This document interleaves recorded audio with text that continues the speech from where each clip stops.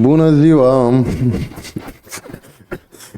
Bă, trebuie să iubesc de fiecare dată oamenii care, nu știu, vin pentru prima oară pe Twitch sau nu știu exact ce se întâmplă și întreabă întotdeauna la această imagine unde scrie imens, cu fond de 2 metri, stream starting soon, și scriu întotdeauna în chat: bă, what the fuck, de ce nu e ăsta aici? Imediat rezolv sunetul, nu știu de ce se aude. Și am dat reply și am zis: nu, tocmai am închis stream-ul. Și el zice: what the fuck, am primit notificare că abia ai început. 22222, acum ar trebui să fie mai ok, I guess. Dar îmi cer scuze, îmi pare rău. E acest software de la Elgato care de fiecare dată când deschid PC-ul are ceva setări random făcute. Mai devreme îmi pornise celălalt microfon și de asta auzea cu eco, fără să-l fi folosit de luni de zile. Am fost la Odiseea, chiar dacă e un pic cam woke.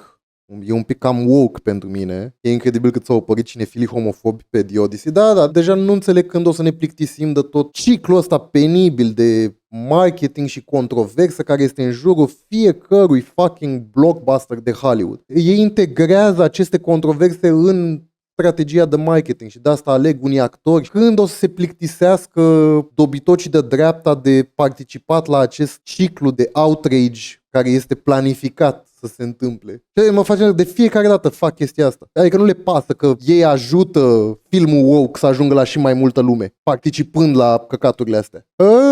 Da, recomand să-l vedeți, mai ales dacă puteți în IMAX. În IMAX-ul de la noi e puțin mai mare ecranul, nu e atât de tăiat.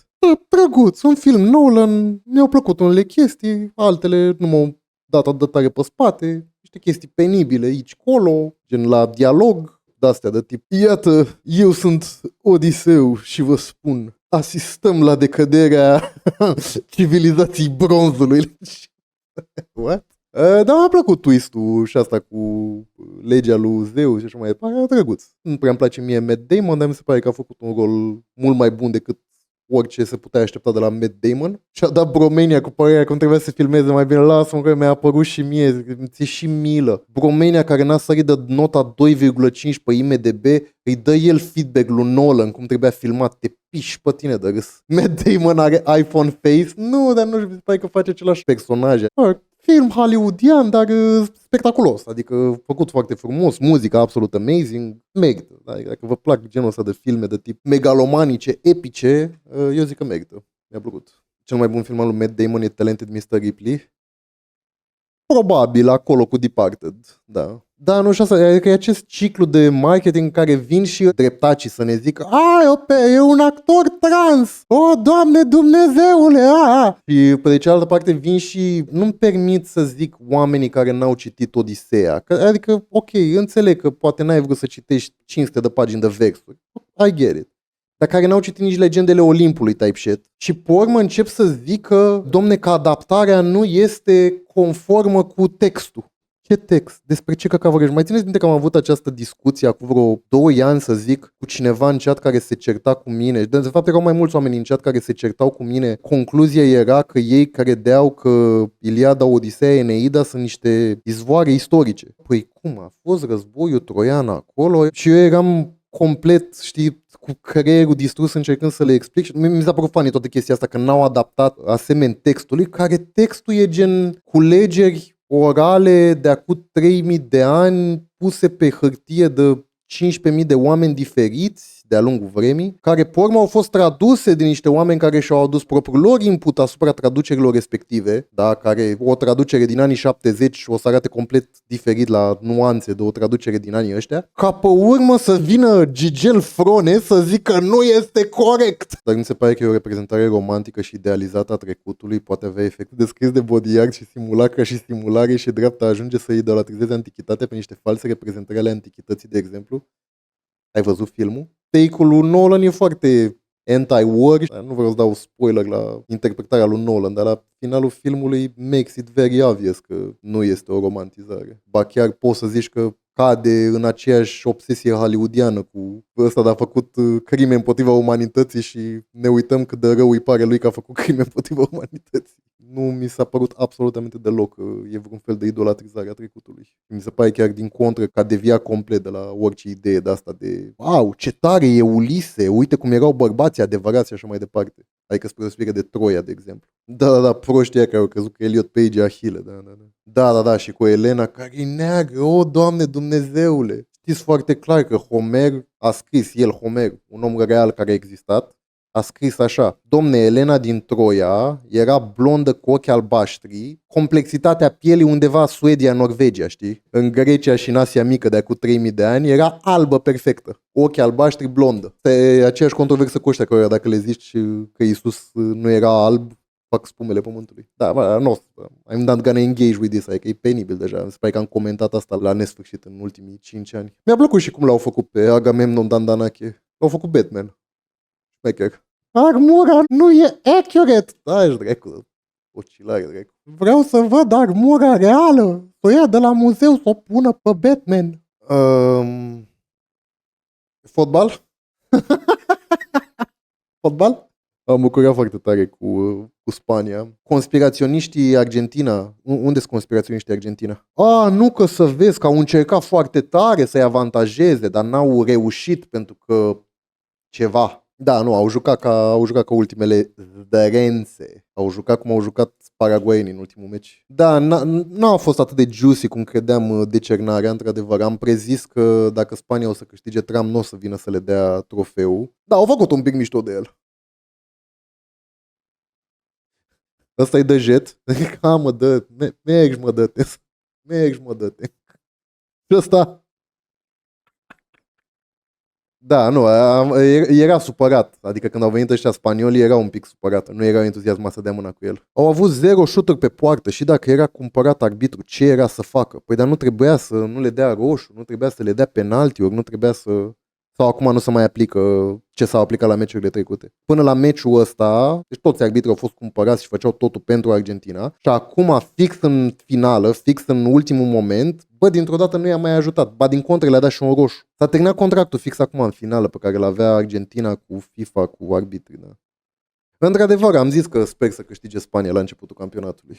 Era favorită, nu o să-mi atribui bragging rights. Foarte gloabă Franța, nu mă așteptam să fie atât de gloabă. Păi dacă era putere în Jean-Pierre Papin. Deci n-am verificat că mi-a fost lene. Mai țineți minte că a zis cineva în chat ceva de părerea lui Banciu despre Naționala Franței? Acum, nu știu să zic, 3 săptămâni, o lună. Și eu am zis, păi care poate să fie părerea lui Banciu despre Naționala Franței? Păi nici nu sunt francezi, da? Sunt negri, eu ce sunt francezi? Și pe urmă, la gen o săptămână după a ajuns la CNA, zicând exact lucrul pe care l-am zis eu. Dar a zis-o înainte să zic eu, că a ajuns la CNA cu emisiune de cu câteva zile înainte. A zis-o după, nu? A zis exact cuvânt cu cuvânt ce am zis eu. De ce am zis asta? Naționala francezi. Cel mult sunt Papua Noua Guinea. Este exact același lucru la câteva zile după și a ajuns la CNA. La CNA s-a tras pe cur și a zis, nu domne, că ei într-adevăr nu sunt francezi, dar până la urmă sunt, că statul francez le recunoaște cetățenia și de fapt sunt francezi, dar chiar dacă el nu crede că sunt francezi, dar i-am bărligat pe aia, să zic că singurul om care a opus rezistență la chestia asta a fost domnul Mircea Toma. Inventau pe loc definiția etniei, definiția naționalității, definiția whatever. Și a zis în ședința CNA, păi ce negri din America, ce ăia sunt americani? Da, mă rog, și pe urmă a început să zic acolo că el e de fapt antirasist, că a fost antirasist din totdeauna, că... Da, mă rog. Și mi-a plăcut, nu mai știu, cred că domnul Toma a zis că dacă negri din America nu sunt americani, nici albii din America nu sunt americani. Dar asta e foarte funny la Banciu, că el vorbește despre toată chestia asta. El e un român care se vrea francez, care face cosplay, face larping de francez, dar le zice altora născuți în Franța că nu sunt francezi. Dumnezeu. Banciu e român? Păi Banciu e nume unguresc. E el român cum sunt eu ganez, iată. Am mai zis că Platini a acordat lui un interviu când a venit în România. Păi da, fiind singurul om care știa franceză, bănuiesc, da. Dar sunt foarte tăcuți conspiraționiștii cu Argentina care erau aici jumătate de chat și scăriau în continuu. Părere halftime show, pomiștii aia de la Antena au dat de la jumatea halftime show-ului, cel puțin pe Antena Play, și primele 20 de minute ale finalei Cupei Mondiale nu le-a mers stream-ul.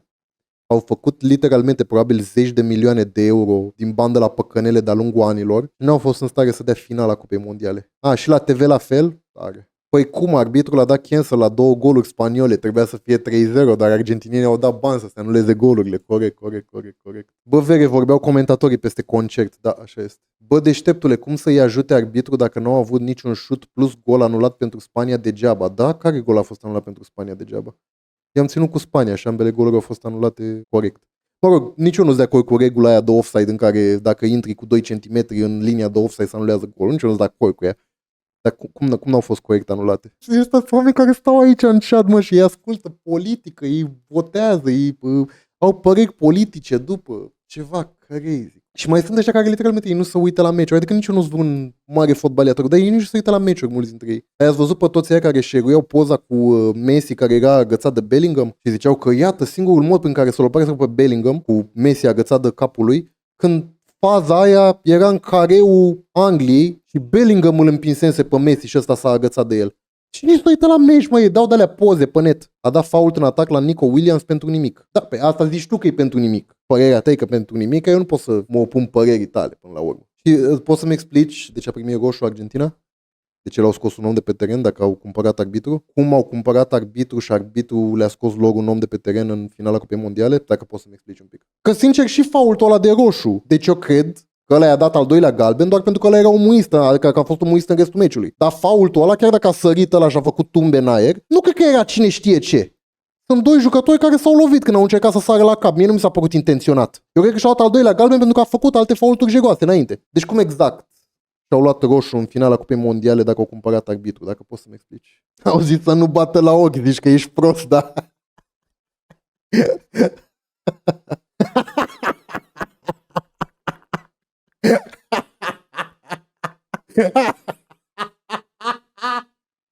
A zis, bine frate, hai că oricum doctorul e mai tare.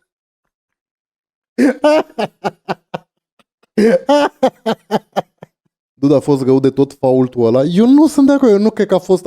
Într-adevăr, modul în care ăsta a căzut și s-a lovit și a făcut tumbe în aer, da, e nașpa.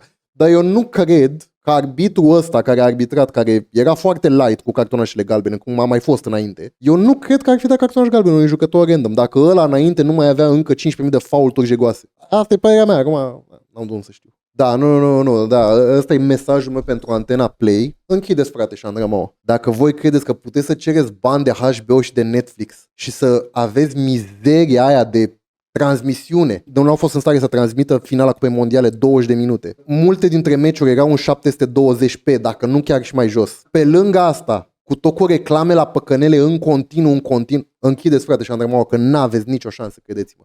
N-aveți nicio șansă și pe urmă să vă mirați ca proștii când caută ăia Antena 1 live server piratat. Oh, dar de ce piratează românii? Să vă duceți la Dan Voiculescu să-l rugați să intervină pe la instituțiile statului să aresteze ăștia care piratează. Că altfel n-aveți nicio șansă, boss. Cu rezumatele făcute cu AI, cu reclamele ilegale la păcănele de pe YouTube și așa mai departe. Și totuși repet întrebarea, de ce consideri corect anularea primului gol? Pentru că a fost faul, prieten drag. Da, ți l-am împins pe ăsta. Ăla s-a aruncat și a început să schelăle. Uite cum îl calcă pe picior. Îl dă cu spatele în spate, după ce l-a călcat pe picior. Ce zici, e fault când este călcat un fundaș pe picior de către un atacant? Sau nu e fault? Ăsta nu e fault, cum ar veni. A fost anulat pentru nimic! Într-adevăr, probabil n-a vrut să-l calce, l-a călcat și l-a pus în cur. Nu a fost absolut nimic, dar face ragebait de calitate ca de obicei. Deci negi complet realitatea acestui frame în care se vede clar cum îl calcă pe picior, nu? Negi complet această imagine în care se vede absolut evident cum îl calcă pe picior și îl și împinge cu spatele. Asta nu e real, e gen făcut cu AI sau ce s-a întâmplat aici? Sunt de acord că și asta s-a aruncat. Dar asta face oricine în orice moment. Se vede cum îl calcă. Despre ce mai vorbim? E funny că eu care țin cu Spania și eu ar fi trebuit să zic nu, le-a anulat golul. Eu mă cer cu ăștia, adică crazy shit. Da, totuși ăștia care ziceți cu golul anulat pentru că Argentina a cumpărat arbitru, puteți să-mi explicați de ce a primit roșu, că ăsta de mai devreme n-a putut. Și atunci când Messi a călcat pe picior una, da, și acum 25 de ani când... Băi, îi ador. Adică știu că e un spectru al conspirațiilor. Adică îmi dau seama că omul care zice că n-a fost gol aici nu este automat de ăla care crede că Argentina a cumpărat FIFA și așa mai departe. Dar mă fascinează conceptul ăsta, deci că putem să ne uităm la aceeași chestie putem să vedem o călcare pe picior și o împingere cu curul în spate de la sărit pe la un pic? Nu. De ce? Pentru că eu am de susținut această conspirație în continuare. De acord, poate erau momente în care nu s-ar fi anulat golul ăsta de către un alt arbitru. Complet de acord. Da? Adică nu era un mare faul, nu era să zici că cine știe ce a făcut, sigur. Da. Ia sună-mă pe WhatsApp, pe cameră să-ți explic toată faza. Corect, e sloven, exact ca nevasta lui Trump. Ia gândiți-vă. Păi de nu, stai un pic, asta nu e o conspirație bună, că e o conspirație tot de partea ăstora. Că dacă e sloven și a fost influențat de nevasta lui Trump care e slovenă, ar fi trebuit să avantajeze Argentina, nu e bună. Predicție Ballon d'Or, bă, greu. Probabil Mbappé, că el e la rând. Deși nu cred că merită neapărat în acest sezon. Că nu văd cine altcineva, adică și dacă te uiți pe performanțele de la mondial. Yamal nicio șansă. Poate îi dau lui Harry Kane așa pe plecare, cine știe. De fapt nu, retrag ce am zis cu Kane, că am uitat că a jucat golf Trump. Mai bad, retrag. A zis cineva că asta cu Mbappé n-a luat nimic anul ăsta, că și-eu am făcut acest argument și a zis cineva că mănâncă cat, tocmai pentru că Ballon d'Or e pe performanță individuală și așa este. Dacă te uiți pe performanță individuală, Mbappé e foarte sus, chiar dacă n-a câștigat nimic sezonul ăsta. Așa este. E totuși pe performanță individuală, nu pe ce-i câștigat cu echipa. Ați văzut că pe statistici Messi a avut o cupă mondială mai bună decât ultima cupă mondială? Crazy. Statistic cu Barsi a fost mai bun decât Cannavaro la mondialul din 2006, ar merita el balonul având în vedere că Spania a luat doar un gol tot mondialul. Nu cred că o să mai ia vreun fundaj vreodată balonul de aur, dar sigur. Și tu, coaie, dădeai gol lui Iordania, Algeria și Capo Verde. Mănânci căcat rău. Vorbesc și despre parcursul Argentinei, de parcă, nu știu, Franța, Spania sau, de parcă au jucat numai cu titani. Zici că Franța a întâlnit Spania în grupe sau ceva. Așa vorbesc despre asta. Știi că, domne, orice echipă mare o să aibă un parcurs ușor până ajungi în optimi, în semifinale. Da, că gen așa e făcut să funcționeze campionatul. Wow, nu pot să cred cât de ușor a fost. Spre deosebire de Portugalia cu Uzbekistan. Marele noroc al lui Messi e că nu e contemporan cu Sânmărtean.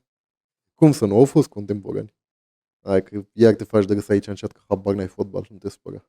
Eu nu înțeleg asta cu campionatul mondial 2030 cu posibil 64 de echipe. Gen, muți calificările, le bagi direct în... Nu știu, e vreo diferență în afară de faptul că îi pui pe aia să vină să zboare, adică asta, o să muți calificările în grupe. O să fie exact același lucru, doar că îi pui pe aia să zboare. Da, nu, n-au anunțat nimic oficial, au zis că să gândesc. Ronaldo cred că ia Ballon d'Or pe performanță individuală, a reușit să dea cu Portugalia de pământ. Bă, prostule, nu mă mai înjosi pe ball knowledge că ești an lumină de mine. Da, sunt de acord, sunt la an lumină de cunoștințele tale de minge. La an lumină gen în față. Dar practic poți să joci calificări cu echipe din Asia, America sau Africa. Și o să fie vreo diferență pentru naționala României? Nu știu. Crezi că e vreo diferență dacă piși cu Bosnia sau cu... Cred că tot o să ne bată asta, zic. Singura chestie e că zburăm până acolo. Șeful e iară nebunie Ready România că încurajez furtul din magazine. Cum, nu știu, am zis ceva despre asta? Dacă am zis să nu reclame oamenii dacă văd pe cineva furând. Ok. Și astfel am încurajat furtul din magazine. Ok. Da, nu, mă și gândeam la redditori. Am și luat pauză. Acum când m-am întors, n-au fost cine știe ce subiecte de discutat. Mă și gândeam că acum săracii trebuie să meargă să ia din urmă. E. Da, după cum spuneam, e un video de acum 15 ani, ok. La poliție în general, nu mai reclamați la gardianul de magazin când vedeți pe cineva că fură din magazin. Cine vreodată fură din magazin care nu este mort de foame? Felicitări, ai ajutat corporația Delights să nu piardă 70 de bani. Vedem cum astfel de afirmații negândite. Nici măcar. Taci mă că e cu... Taci mă că e cafeluța ei ai. Da, îmi susțin în continuare părerea. Sunt de acord că există oameni care suferă de cleptomanie literalmente sau care găsesc un amuzament în a fura și așa mai departe, dar în același timp sunt foarte mulți oameni care fură din nevoie. Și eu nu cred că în lumea în care trăim ar trebui să ne luăm din timpul nostru să facem pe polițiștii pentru ce exact? Pentru profiturile unui lanț de hipermarket sau pentru ce exact? Adică pentru ce faci chestia asta? Că nu-ți fură ție, nu fură din banul public. Că dacă era un bun public, da, ziceam, da, lucru pe care îl fac constant. Și îmi place că e această, da, voi face dreptate, voi ajuta Kaufland să prindă infractori. Ok, frate, fă ce vrei. Sunt mai periculoase decât credeți. De ce atunci când... E periculos ce am spus, aoleu. Fă încoaie plângeri la poliție. cineva fură din magazine, cumpărătorul cinstit plătește pentru el și dacă este sau nu ipocrit. Cum afectează cumpărătorul cinstit faptul că cineva fură din magazin? Nu-l afectează. Ok. În momentul în care furgi, îți asumi riscul, că s-ar putea să fii prins și să ajungi la poliție și să te facă dosar penal. E un risc pe care ți-l asumi. Spre de cumpărătorul cinstit. Cumpărătorul cinstit poate și la fel de bine să fure din magazin asumându-și același risc. Cum exact afectează cumpărătorul cinstit? Nu-l afectează, ok. Aveți tot video la cum pe YouTube, la...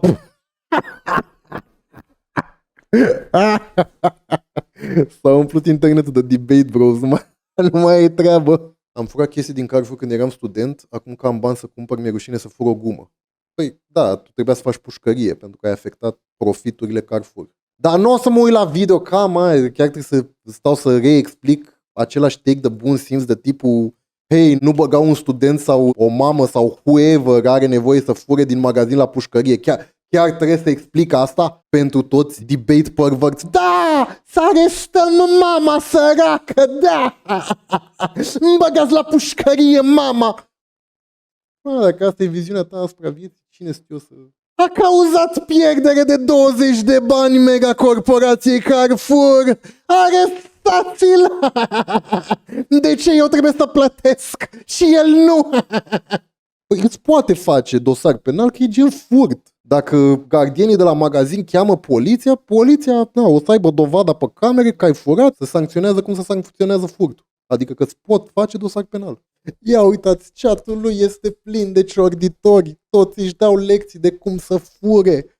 Să facă cineva ceva în țara asta. Nu vedeți că pleacă Carrefour din România? Din cauza voastră. Corect, ne-am uitat și la TikTok-urile care ne învață să furăm, corect. Și știți că și de alea am zis foarte bine, așa să faceți și dumneavoastră. Eu am intrat azi la cinema cu suc luat de afară, pușcărie, dosar penal. Că omul ăsta, el își cumpără ca sclavul Pepsi la 350 de mililitri cu 85 de lei la cinema și tu intri cu el băgat în sacoșă, dosar penal. Just like Nolan intended. Bănuiesc că v-a apărut ăsta care fuge pe trotinetă de poliție.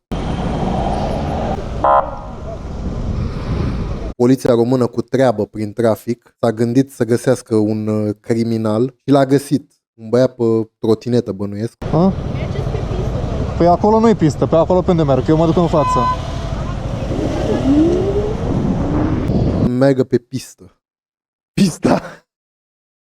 Nu știu dacă vedeți aici, e practic o culoare portocalie ștearsă pe care merg oamenii, că e pe mijlocul trotuarului. Asta e pista pe care trebuie să meargă acești cetățeni din Iași. Mai în față nu mai e pistă. Deci tu n-ai voie să mergi în față. Dacă ești pe trotinetă sau pe bicicletă, tu n-ai voie să mergi în față. Aici stai, ghinion. Te dai jos de pe bicicletă și mergi pe lângă ea dacă stai aici undeva. Pentru că tu n-ai voie să mergi în față pentru că nu este pistă. Am cu asta și ocupă timpul poliția română. Da? Deci din toți participanții la trafic din județul Iași, l-au găsit pe băiatul ăsta că nu merge pe pista care nu există.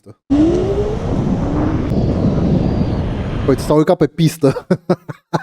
Iată pista. Și totuși l-a oprit. Iată, uite, deși este pe pistă. Totuși l-a oprit pentru că nu se știe de ce. Pe mizeria asta de bandă trasată, care nu e o pistă, e un jeg.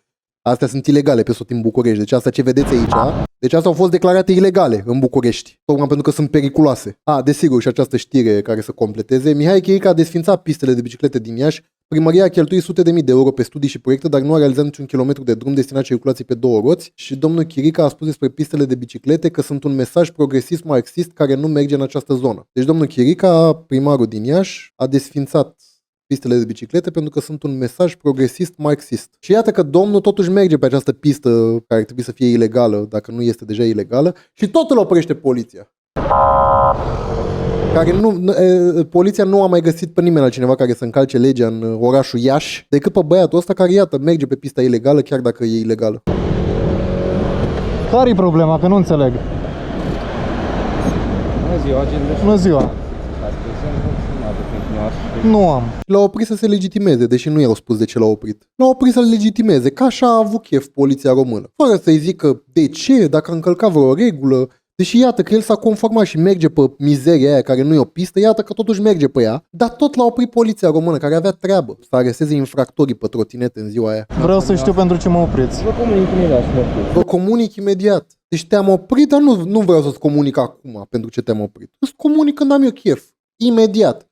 Nu-ți voi comunica acum. Imediat. Ce înseamnă imediat, Recu știe. Vreau să știu pentru ce mă opriți. Vă comunic imediat. Bine.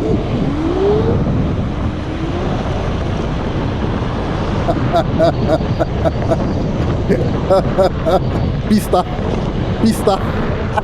de biciclete. Da. Pista de biciclete.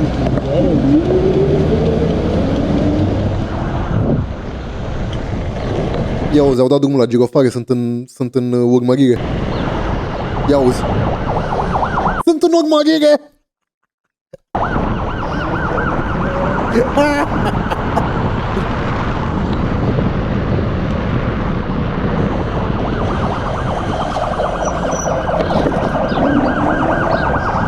Ce aia, mă, că știe asta harta? Are deja 2 stele.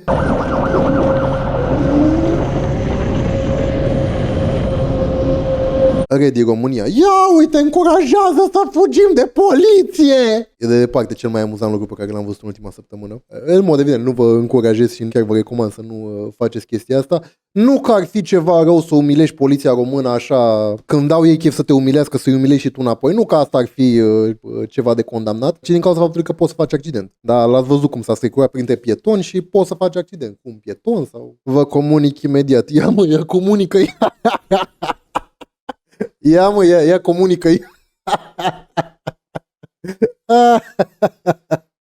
Da, nu o să arăt, dar da, e un biciclist lovit de o mașină la Iași, unde s-au desfințat pistele pentru biciclete. Cu ăștia nu are treabă poliția română. Poliția română are treabă să legitimeze trotinetiști. Atenție, Alex Ciobanu a devenit self-aware că este capabil de autoironie. Fii bărbat, vinde chinezării la suprapreț, dorm maximum 6 ore pe noapte, îmbracă-te fără branduri pe piept, fă box, nu sală ca orzicile, dă-i bloc lui Dragoș Das. Știu povestea, e una ce am propus ăla, poate alta e realitatea. Domnul regele, domnul Băsescu, domnul regele. Știu povestea, e una ce am propus ăla, poate alta e realitatea. Domnul regele.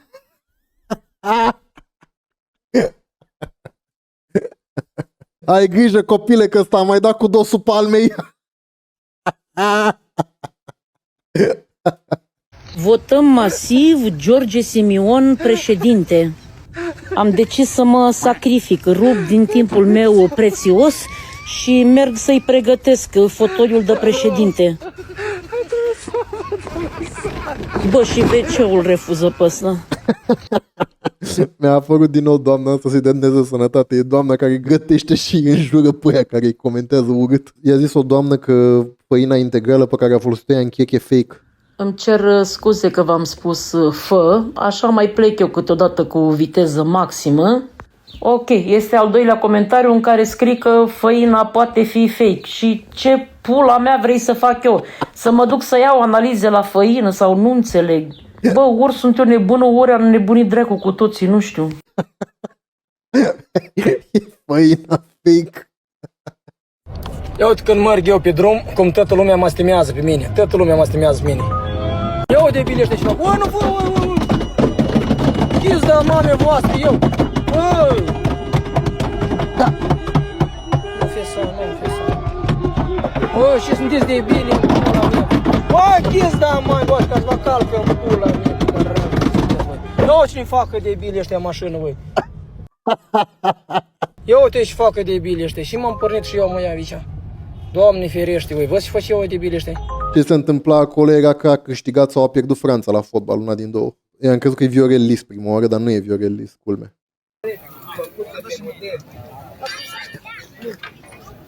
O de judecător, acum îți dă sentința. Îl faci și cu cameră, da? Da, cu video. Ei, nu, Stai, chiar e Viorelis? Nu e mai Viorelis. Nu e mai Viorelis. numai domnul Călin Georgescu poate salva acest copil din situația precedentă. Tricou cu Călin Georgescu. Jigodele care sunt la putere ne-au distrus țărișoara. Uitați unde ne-au adus. Tineretul care există în țară în condițiile astea supraviețuiește. Uitați-vă și dumneavoastră. Singurul salvator este Ștefan cel Mare, a fost în trecut și în prezent este domnul Călin Georgescu, persoana care o port pe tricou. Vă așteptăm, Efectiv, te trimit ai tăi la bunici vara, efectiv. domnule Călin Georgescu, la Târgu Neamț. Avem și noi un obor mare în Humulești. Vă așteptăm cu drag și vă iubim. Doamne ajută! Doamne ajută. Un om care merge cu bicicleta prin traficul din București, bănuiesc. Ce faci, mă? Bă, ce faci, mă? Ce faci? Dar mi-ai văzut că venea ăla din față, tu nu te uiți și tu... Ai dreapta peste mine că venea ăla? Am tras dreapta peste tine. Da, frate! La 10 metri. Eram la 10 metri. Nu cred că sunt 10 centimetri între el și biciclist. Unde am tras, mă, dreapta? Eram la 10 metri. Efectiv, ce faci cu ăștia? Apropo de toți dobitocii care ne zic nouă și lui Go Rider, care că trebuie să fii sfânt în trafic, să vorbești frumos cu oamenii care dau să te omoare și așa mai departe. Ce-i zici lui ăsta? Ia, fii politicos cu ăsta. Spune-mi exact cum ești politicos și amabil cu ăsta, care a tras cu mașina în tine și pe urmă zice, unde am tras, mă? Nu vezi că sunt la 10 metri? Când el e la 10 cm. Ce-i zici lui ăsta? Dreapta peste tine. Da, frate! La 10 metri. Pe cameră. Dar tu de ce nu te uiți? Bă, deci ăsta mergea în linie dreaptă, ăsta intra peste el, dar tu de ce nu te uiți? Și îl vedeți, da? Tras la trotuar, da? Perfect pe dreapta, la 2 cm de bordură era biciclistul și ăla tot a intrat în el. Tot a vrut să dea în el. Uite-te și tu. Ce faci, mă? Nu te uiți? Dragi șoferache care face spume și la mine și la Go Rider, ia fi amabil cu ăsta. Ce faci? Dar mi-ai văzut că venea ăla din față, tu nu te uiți și tu... Ai dreapta peste mine că venea ăla? Am tras dreapta peste tine. Da, frate! La 10 metri. Pe cameră. Dar tu de ce nu te uiți, mă? Eu să mă uit, dacă eu mergeam drept și tu ai dreapta peste mine și eu să mă uit unde? Păi și tu când mergi nu te uiți stânga-dreapta? Bă, deci ăsta vine cu 2 tone de metal în tine pe bicicletă și pe urmă zici, ce faci, n-ai văzut că vin în tine? Urcă-te pe trotuar. E funny că nici nu mai avea unde să se dea. Adică e funny că nici măcar nu mai avea unde să se dea. Chit că l-ar fi văzut, nu mai avea unde să se dea. Ce să urce pe trotuar, ce să facă? Și dacă vrei să mergem la poliție, tu oricum te... Și acum doamna îi zice, ce faci, mi-ai zgăria mașina? Ce faci, ai zgăriat-o? Aoleu, mi-ai zgăria mașina. Păi nu erai la 10 metri de el? Acum ți-a zgăria mașina? Ia, fii politicos cu ăștia, ia, fii amabil. Ea nu face content și scandal pe seama lor pentru bani. Și au început să victimizeze, mi-ai zgăria mașina. Deci eu am intrat cu mașina în tine și tu mi-ai zgăria mașina, da? Nu știu dacă ați văzut asta din SUA, dar nu știu ce să mai zic apropo de statul terorist SUA. O să vă dau plic, efectiv nu știu ce să mai zic.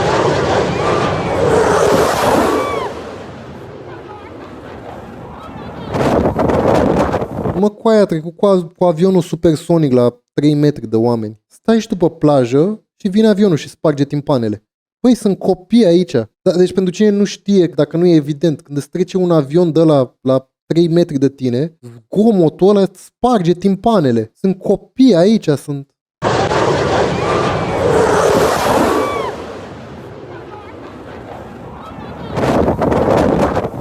Băga nisip în ochi la toată plaja. Și aparent au făcut asta intenționat. Domnul ministrul lor de apărare, care e un nazist infect, zice the flyovers will continue until morale improves. Deci până când populația nu are o părere mai bună despre noi, vom zbura peste ei cu avioane ca să, nu știu, adică să îi amenințăm sau... E o chestie intenționată, ordonată de ministrul lor de apărare.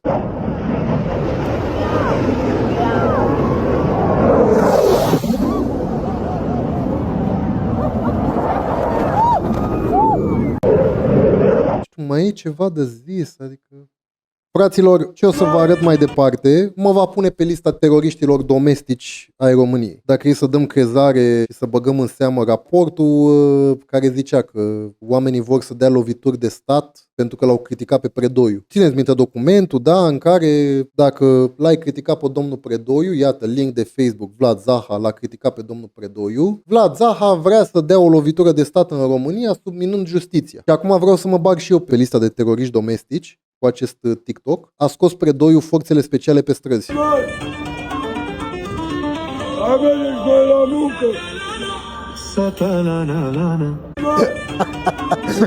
Faptul că are satalana în boxe.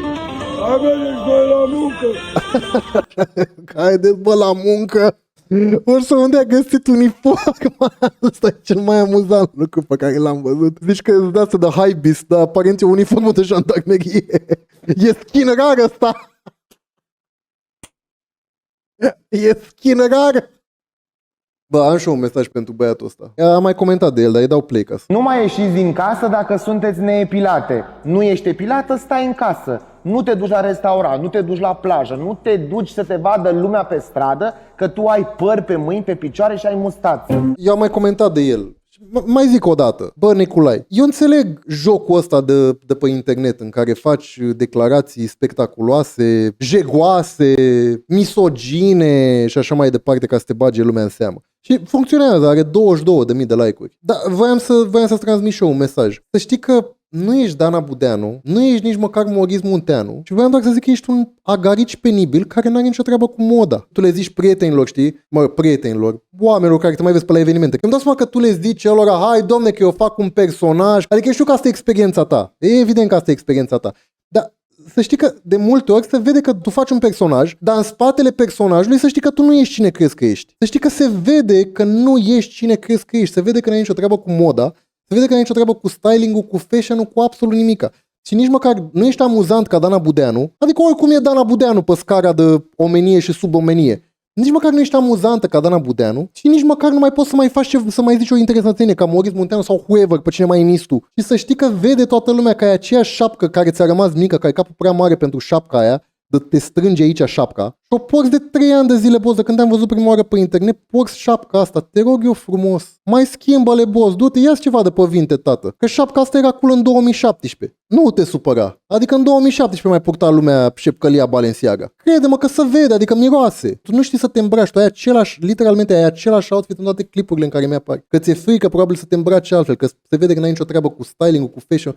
Ai muiști ăștia în picioare de când te știu, ai acești muiști în picioare sau alți muiști care sunt tot pe tipologia asta din 2017. Tocmai faptul că porți ăștia știm că n-ai nicio treabă cu moda. Pare că cineva ți-a zis că ai fost băgat prea tare în seamă. Tot de un nivel ăsta de foame în care să ajungi să faci declarații de astea de tip, știi, misogine, doar ca să primești 20.000 de like-uri pe TikTok. Ce crezi că alea 20.000 de like-uri o să-ți facă șapca să nu-ți mai fie mică? Sau ce crezi că obții cu ele? Să nu mai iasă femeile din casă neepilate. Eu să ies cu fața asta de prost din casă, dar femeile neepilate nu. Vezi, boss, că te strânge aici, să vede că se face cută, că te strânge, că ți-a rămas șapca mică. Te rog eu frumos. Nu mai faceți topless dacă sunteți femei și mergeți la piscină sau la mare. Așa cum am spus de bărbații care poartă slip, nu suntem obligați să le vedem. Boss, te îmbraci dezastros, dă-mi voie să-ți spun. Boss, așa mă îmbrăcam în 2017. Boss, exact așa mă îmbrăcam în 2017, dă-mi voie să spun, ești dezastros. Nu suntem obligați să vedem treburile, că vă atârnă, că vă... Nu e treaba noastră. Vreți să faceți... Asta e tot contentul lui. Asta e tot contentul lui și eu sunt sigur că el se duce și zice, a, domne, că eu fac un personaj acolo, eu de fapt nu știu ce. Asta e postat de contul oficial Nibiru, by the way.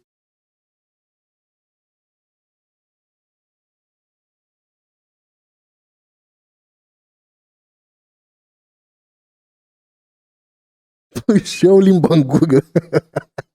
Părinții tăi își iau limba în gură. Contul Nibiru. Adică să fie sănătoși, adică cu oamenii. Doamne Dumnezeule. Să tot găsesc oameni care să ia locul lui Big M în partidul AUR. Uite, de exemplu, Justin Belea ne face un TikTok despre AUR și hai să vedem. AUR are peste 47% în sondaje și nu mai poate fi oprit. Până în 2028 se vor întâmpla lucruri. Până în 2028, cu siguranță se vor întâmpla foarte multe lucruri. Unul dintre lucruri este că AUR nu se va opri din a crește pentru că românii s-au săturat de promisiuni fără fapte. Haideți să vedem intenția de vot a românilor. AUR sau alt partid? Aur sau alt partid? Alt partid. Aur sau alt partid? Alt partid? Aur sau alt partid? Păi, din 4 oameni intervievați, 2 au zis de aur. Îmi dau seama că voi ați filmat 28.000 de astea și n-a zis nimeni aur, dar ați reușit să găsiți 2. Aur la 50%, iată. Dar mi-a plăcut exprimarea. Peste Deci, 47%. aur are peste 47% în sondaje. În ce sondaje nu știm, că n-am văzut vreun astfel de sondaj în care aur să aibă 47%. Și îmi place că zice, până în 2028 va crește. Deci creșterea asta a aur nu este oprită de populația votantă, tot felul de chestii de-astea lumești. Procentul tot crește. Deci dacă acum e la 47%, în 2027 o să fie la 82% și în 2028 va fi la 108%. Cam ăsta e nivelul de inteligență la partidul AUR. Also, mai țineți că am râs gen 20 de secunde pe ceas de copiii legionari care fac propagandă legionară de pe TikTok. Erau niște oameni de 16-18 ani care făceau propagandă legionară pe TikTok și mi s-a părut absolut adorabil că deci am vorbit 20 de secunde, da? Și am zis despre amândoi asta, că nici nu le-a dat mustața, dar ei fac propagandă de extremă dreapta pe TikTok și amândoi, deși nu cred că sunt afiliați, amândoi au făcut exact același TikTok în care n-au pus nimica din ce am zis eu, mai puțin asta, că nu le-a dat mustața, și amândoi, bărbați alfa, Andrew Tate, legionarii, ne vom scula într-o zi, vă vedeți ce vom face când ajungem la putere. Și amândoi s-au victimizat că le-am zis că nu le-a dat mustața. Că ia te uită, un om ca mine de 30 de ani se ia de ei că nu le-a dat mustața. Dar n-au lăsat nimica din ce am zis că fac propagandă legionară. Și amândoi au făcut exact același lucru. Amândoi au zis că ia uite, domne, că cum să te iei de mine că nu mi-a dat mustața. Ce faci cu ei, snowflake? Nu erai tu cu bărbații, cu legiunea, cu capitanul, acum suntem snowflakes? Să vii într-un TikTok să zici despre bărbații, să mergem la război, la armată, să călcăm minorități, să facem, să dregem crime împotriva umanității, Bibi Netanyahu, și în secunda în care te ia cineva la perpulis pe net,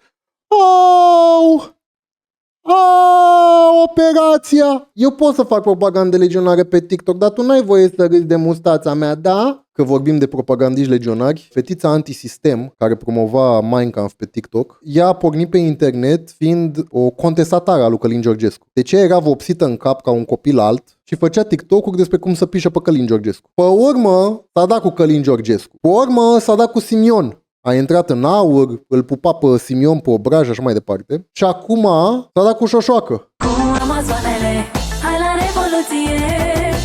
Băi, un nivel ăsta de foame. Hey! S-a dus la Nibiru, globalista, și s-a pozat la standul lui Codin Maticiuc, un alt globalist care susține că face spitale publice din bani privați. Păi n-avea o problemă cu doamnele care chiar au făcut un spital public din bani privați? Ele nu erau împotriva lor, că ziceau că fură banii în ONG-uri și așa mai departe? Breaking news, Anti-System Queen a ieșit din casă. Domnișoara nu e cea care a fost înjurată de șoșoacă în Parlament? Și dacă a fost, voi credeți că asta contează pentru ei? A contat asta vreodată? Lanțul de umilințe pe care l-a primit de la toți ăștia și totuși a stat cu ei? A contat pentru cineva vreodată cum a contat pentru Simion cum Georgescu a zis despre el că e sclavul PSD? A contat pentru Georgescu faptul că Simion l-a făcut legionar? Trecem peste astea, când interesul fascismului și banului primează. Un copycat al lui Vasile Cârnat, Ilie Cârnat pe numele său, suflecarea mânecii este un mod subtil de a spune: atenție, se apropie ceasul în care fapta va despărți adevărul de minciună. Un gest atât de apăsat încât pare semnul unei judecăți care nu mai poate fi amânată, al unei ridicări împotriva nedreptății și a rânduielilor strâmbe. Eroism non-verbal. Îmi place că este identic cu ăla cu cravata. Deci cum au făcut ei alea cu cravata, identic, făcut perfect. I-a prins, i-am văzut pe aici. Călin Georgescu președinte și George Simion premier, respect. Mă rog, sunt mulți care fac Caterinca, dar mai sunt Georgiși pe aici. Călin Georgescu, te iubim. Călin Georgescu președinte, Simion George premier. Georgescu președinte, Călin Georgescu președinte, Călin Georgescu președinte. Doamne ajută, Călin Georgescu președinte, Doamne ajută. Un mod de a spune să trecem la treabă, ajunge. Doamne ajută, Călin Georgescu președinte. Uniți salvăm țara noastră, România. Călin Georgescu președinte al României. Respect, domnule președinte al SCG. Georgescu președinte. Se apropie ziua. Călin Georgescu, voivodul României. Doamne ajută, România. I-a prins, man. Ozana Barabancea. Chiar e cântăreață. Ok, bun. Doamna soprană Ozana Barabancea. Niște comentarii. Rodica, tu cine morții mătii ești, că nici n-ai poză? Cine te recomandă? Ce cimitir? Aurelia, vai ce emoționant, mi s-au zbrebelit 3 floci de indignare. Atenție, fraților, deci băiatul ăla a avut perfectă dreptate, Aur continuă să crească. Monitorul de București, o publicație care există. Dacă mâine sunt alegeri, partidele naziste PSD, PNL, USR, UDMR nu trec pragul. Aur este la 89%. Deci a avut dreptate băiatul ăla. Ne-a zis, acum Aur este la 49% și va continua să crească. Și iată, Aur a ajuns la 89%. PSD are 4%, PNL 2%, USR 0,7%, Subsens pot 0,2%, SOS România, totuși al doilea partid din România cu 5%. Aur până în septembrie trece la 114%, așa am înțeles și eu, da. Sâmbătă ora 22, bară la bară între Piața Romană și Universitate. Câte benzi în plus ne mai trebuie? Are lumea treabă, bă! Dom'le, un om care are mașină o folosește pentru niște chestii, dacă are nevoie. Și efectiv ieși în orice zi de weekend prin oraș și o să vezi că este mai mult sau mai puțin același trafic ca într-o zi obișnuită. În intersecțiile mari în care îți dau claxoane, îți blochează tramvai, tot așa. Sâmbătă la ora 3, intersecția blocată, cu tramvaiul blocat, cu full trafic. Unde te duci exact? Sâmbătă la ora 22. Cam ce necesitate ai? Cam care poate fi necesitatea sâmbătă la ora 22? Da, mi-a apărut ăsta. I-au săpat un șanț ca să nu mai intre cu mașina pe plajă.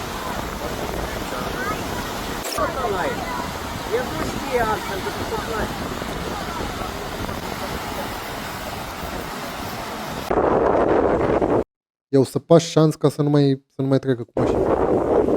Deci ăsta intră atât de des cu mașina pe plajă, încât oamenii care făceau plajă aici i-au săpat șanț ca să nu mai treacă. Și el face scandal. Ce faci, bă, aici? Dă, bă, astea la o parte. Vezi că e plajă? A scrumat un pic pe geam. Ia-o prin apă, că e moale. Dar e a treia oară când treci pe aici. Ca orice om care se respectă, a coborât un pic să se ia la bătaie. Dă, bă, astea de aici, băgămeș!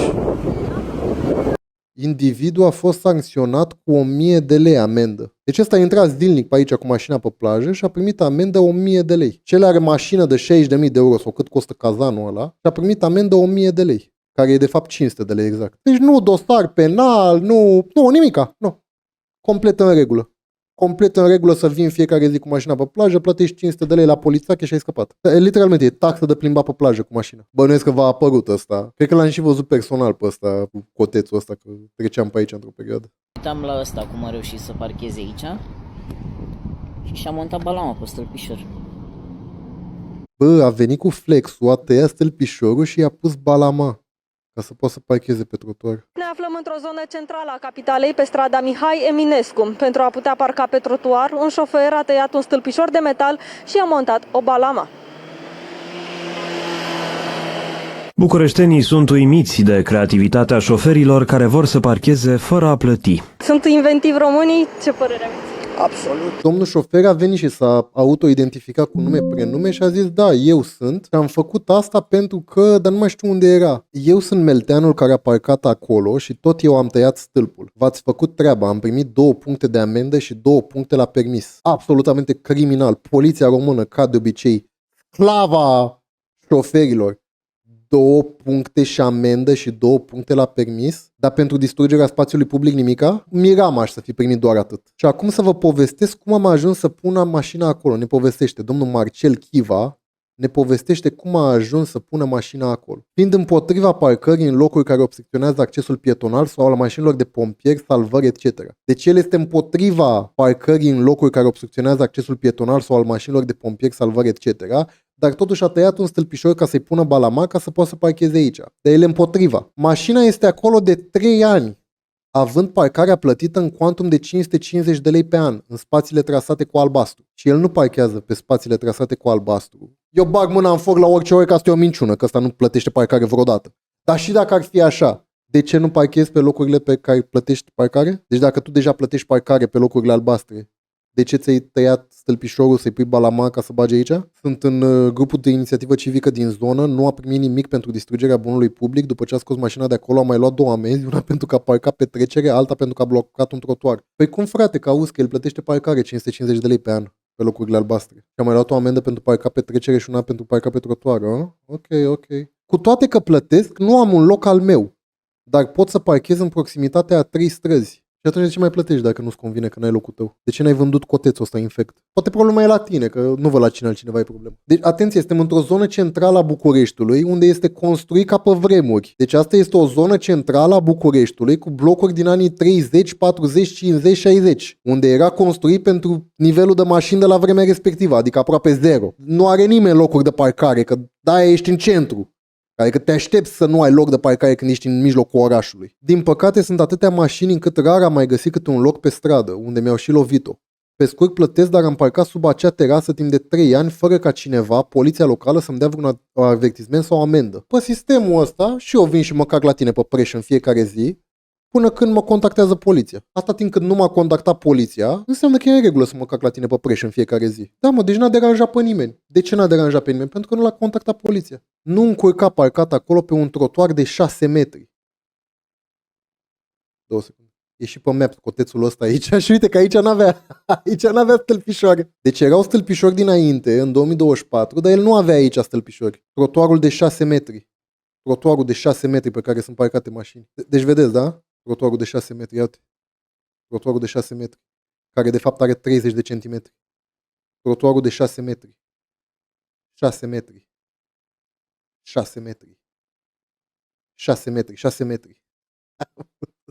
Pe data de 7/6/2026 mă sună vecinul spunându-mi că se pun stâlpișori pe trotuar. Eu fiind plecat din țară în interes de serviciu, urmând să mă întorc pe 14. Am discutat la telefonul vecinului cu lucrătorii și cu șeful lor să-mi lasă o cale de acces să pot scoate mașina.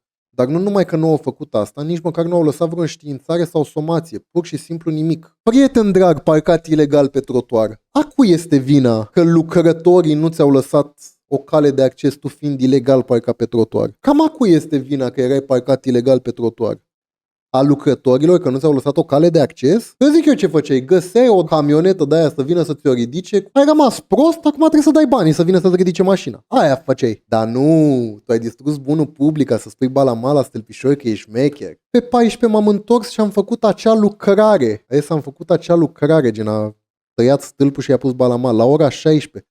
Fără să mă feresc de cineva, deoarece modul lor de lucru m-a făcut să am această inițiativă. Deci el a parcat timp de 3 ani ilegal pe trotuar și pe urmă s-a supărat și a fost îndreptățit să taie stâlpișorul pentru că ei nu i-au lăsat cale de acces, că ei nu l-au înțeles și pe el că e plecat în interes de serviciu. Incredibil! Și faptul că a venit cu nume prenume să zic asta pe internet, asta e fantasmagoric. El crede că are vreo formă de dreptate. Marcel, uite, pentru că și eu sunt un cetățean, la fel ca și tine. Tu ai dreptul să faci ce vrei și eu am dreptul să fac ce vreau. Uite, te asigur că eu personal o să-mi fac drum să mă plimb pe acolo prin zona aia, doar ca să-ți fac cât de des pot, să-ți fac plângere la poliție pe unde te prind. Eu sunt șomer, eu n-am ce face.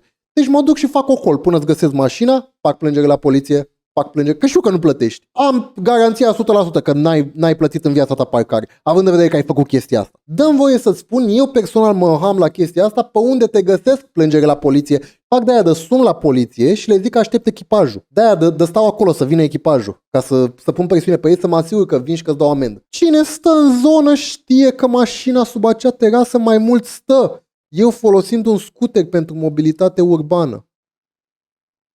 Recunoaște în aceeași postare că el are o mașină abandonată acolo. El în aceeași postare recunoaște fără nicio problemă că el și-a abandonat mașina acolo pentru că el folosește scuterul. Și dacă venea cineva și îți făcea plângere pentru mașina abandonată și ți-o ridicau băieții, că chiar tu ai recunoscut că ți-ai abandonat mașina acolo. Deci el folosește scuter din același motiv, lipsa locului de parcare. Cred că ar trebui să învățați că nu există doar alb și negru și să vă canalizați energia pe lucruri care să vă aducă plus valoare. Să auzim numai de bine. Să ne concentrăm pe lucruri care să ne aducă plus valoare, cum ar fi distrugerea bunului public, ca să spui tu cotețul sub bloc. Și am mai zis chestia asta, bă, înțeleg frățioare, bă, vrei să ai 5 mașini. Nu oprește nimeni, bă, e o țară liberă, adică ai 5 mașini. Doar nu face ochii de bou când ți se zice că nu ai unde să o parchezi, că nu există locuri de parcare în mijlocul orașului. Într-un oraș construit când nu există o mașină pe stradă, practic. Că faci de aici, faci 10 minute până la Piața Romană. Ia ca it doesn't exist. Și atunci ai alternative. Vrei să ai 5 mașini? Sigur că nu e nicio problemă. Du-te și caută unde sunt parcări cu plată. Du-te și caută unde poți să cumperi sau să închiriezi un garaj. Sau mai multe. Poate nu găsești acolo în zonă, găsești în drumul tabere. Bă, ghiniona, acolo ai găsit. Poți să stii 5 mașini în București la garaj plătit în drumul taberei pe locul tău de parcare. Nu-ți convine asta? Poate centrul orașului nu ține, prieten drag. Poate n-ai ce să cauți în centrul orașului și poate ar trebui să te duci undeva la porumb, unde să ai 12 locuri de parcare să le folosești cum vrei. Conceptul faptului că tot el e supărat, asta e fantastic. Și că e atât de îndreptățit încât a venit cu nume, prenume să ne zică care e treaba. Bă, care treci pe acolo, telefon instant la poliția locală sector 2, bună ziua, mașina, uite, e parcată pe trotuar, pe trecere, pe unde mai parchează băiatul ăsta care îl plătește parcare. Da, deci s-a pus tâlpișor la loc, acum parchează în zonă, în locuri nepermise și a mai luat 2 amenzi, am zis. Da. Ați văzut asta? Atelier de ciocolată și camere amenajate drept locuințe într-o instituție care ar fi trebuit să se ocupe de formarea personalului feroviar. Asta spune că a descoperit ministrul interimar de la transportul Radu Miruță în urma unui control la Centrul Național de Calificare și Instruire Feroviară din Gara de Nord. Directoarea instituției respinge acuzațiile și spune că dulciurile erau făcute doar pentru cadouri, iar spațiul de locuit a fost amenajat pe banii săi. Unt de cacao. Da. Asta e caramel. Deci toate sunt în jurul granulate de nocciolă. Asta e a mea. Asta e a mea. Găleata asta cu nociola e a mea. Dar câtă nocciolă nu casăm? Nu, că dau cadou la biserică. Văd că și-a făcut dă cadou la biserică. Un mic business, așa, cu ciocolată, cu... Păi văd ciocolată, forme de ciocolată. Să explice cum pot exista... Bă, băiatule. Pentru mine nu e fascinant că s-a întâmplat chestia asta. Pentru mine e fascinant că există aceste clădiri și instituții ale statului în care n-a mai intrat nimeni de atât de mult timp, încât oamenii ăștia au ajuns la concluzia că practic e spațiul lor personal. Cine să vină să ne verifice? Cine să vină să zică ceva? Cine să vină să puncte? Și atunci ăsta a devenit spațiul meu. Ce, stă cineva aici, face cineva aici ceva? Asta e bucătăria mea de acum înainte. Pămnea asta m-a spart. Doamna directoare care și-a făcut apartament în instituția statului. Pămnea asta m-a spart. Susține că dulciurile erau promovate chiar pe pagina de Facebook a directoarei Centrului Național de Calificare și Instruire Feroviară, unde era afișat și numărul său de telefon. Dar nu face nimeni, nu le vinde, nu face nimeni. Nu le vindem. Sărbători irezistibile. Luxury Handmade Chocolate. Comenzi. Luxury Handmade în anexa din Ministerul Transporturilor. Sau unde căcat e aici. Acum nu se pare. Dar nici n-a făcut, că trebuie autorizație. Nu poți să faci ciocolată fără să vinzi. Trebuie autorizație. În timpul verificărilor au fost descoperite și camere amenajate pentru locuit. Directoarea a recunoscut că folosește una dintre ele și spune că a amenajat-o din banii ei. Dumneavoastră ați locuit vreodată pe aici? Locuiesc, da. Dar nu sunt din jur. Bă, și-a făcut garsonieră.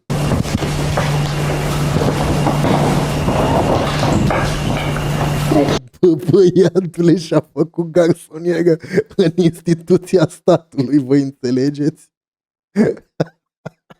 Îmi place că asta este o scuză. Mi l-am amenajat din banii mei. Să nu credeți că am furat. L-am amenajat din banii mei aici, în instituția statului. Am amenajat pe curtea din banii mei. O să fac un pic mai ok. Bă, băiatule. Dar dumneavoastră stați în permanență aici la cum arată. Vin, plec. Bă, băiatule. Susține însă că spațiile par locuite în permanență și afirmă că și Deci avea apartament aici, avea garsonieră, vă rog eu frumos. alți angajați folosesc clădirea ca locuință fără să plătească. Întrebată în baza cărei prevederi legale sunt folosite aceste spații, directoarea a răspuns că situația exista înainte de mandatul său și că a moștenit-o de la fosta conducere. Corect, păi și atunci... Condiționat pornit aici? Și cât plătesc? Aerul condiționat acordat la factura instituției să-i facă doamne garsoniera primitoare. Pentru asta e. Nu plătesc nimic, așa l-am moștenit. Păi și pe ce criteriu? Asta l-a făcut directorul înainte.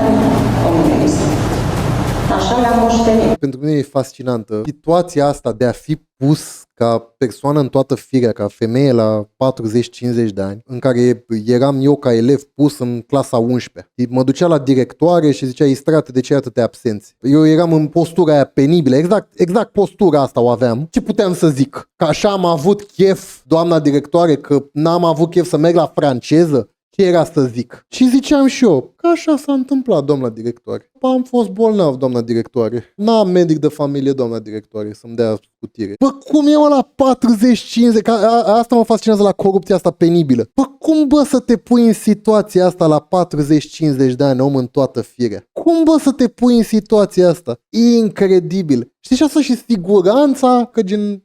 Asta o să meargă la nesfârșit, știi? Am ciordit 2 anexe ale instituției din care sunt, le folosesc în scop personal să fac atelier de ciocolată în timpul programului. Dacă femeia lucrează acolo și are atelier de ciocolată acolo, în timpul programului ea făcea ciocolată, doamna directoare. Și să crezi că merge asta, știi, la nesfârșit. Dar uite, a mers. Postările alea erau din 2019. Păi să te pui în postura asta, om în toată firea, cu salariu probabil de nu-ți trebuiască să faci coțcărilile astea.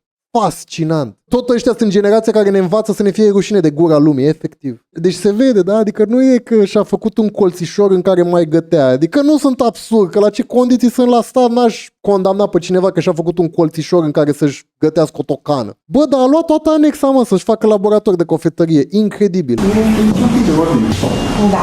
bine, femeia de serviciu după... Toată mobila de la instituție. Uite harta României acolo. Ce prevede legea? O să ne uităm. Nu știm dacă legea prevede că pot să am un apartament în instituția în care lucrez ca directoare. Nu suntem siguri dacă legea prevede chestia asta. O să ne uităm. Ministrul vorbește despre folosirea abuzivă a patrimoniului statului și anunță verificări suplimentare. Directoarea CENAFER respinge acuzațiile și susține că nu a încălcat legea. Ana Maria Dudaș conduce instituția din octombrie 2021. Doamna susține că nu a încălcat legea, nu văd care e problema. Știi ce imaginez că zice doamna asta? Păi uitați-vă la Robert Negoiță! Voi vă luați de mine că aveam aici un apartament, un atelier de ciocolată, dar de Robert Negoiță nu zice nimeni nimica? Doamne, am deranjat pe cineva corect. Atelier de ciocolată? Mămii că n-a fost rai de la poliție, având în vedere ce capturi s-au făcut la Brașov. Diana Șoșoacă trimisă în judecată. Pare că am văzut știrea asta de 28 de ori în ultimii 5 ani. Pare că odată la 6 luni Diana Șoșoacă e trimisă în judecată, dar cumva nu pățește niciodată nimica. Deci Diana Șoșoacă poate să zică non-stop că vrea să asasineze jumătate de Românie, că Zelea Codreanu, că Ion Antonescu, că evrei sunt nu știu cum. Pare că niciodată nu se întâmplă absolutamente nimic. Voi ați observat? Pare că Diana Șoșoacă poate să facă orice vrea în România, odată la 2 zile se deschide un dosar penal, se trimise în judecată pe ceva, dar niciodată nu pățește nimica. Unii oameni ar zice că e special făcută treaba asta, dar eu nu sunt printre acei oameni. Eu nu pot să zic că Diana Șoșoacă este o poziție controlată de toți băieții ăștia. Nu mi-aș permite să zic chestia asta, că n-am nicio dovadă în acest sens. A fost trimisă în judecată pentru 4 infracțiuni de lipsire de libertate în mod ilegal. Anunță parcă.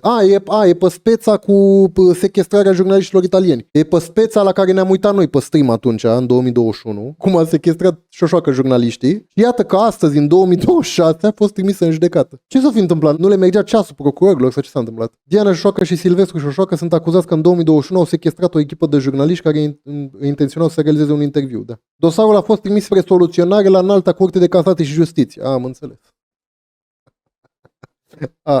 Ok, am înțeles. Cercetate și pentru propagandă legionară, comemorarea lui Zelea Codreanu, da. Credeți că va păți vreodată ceva?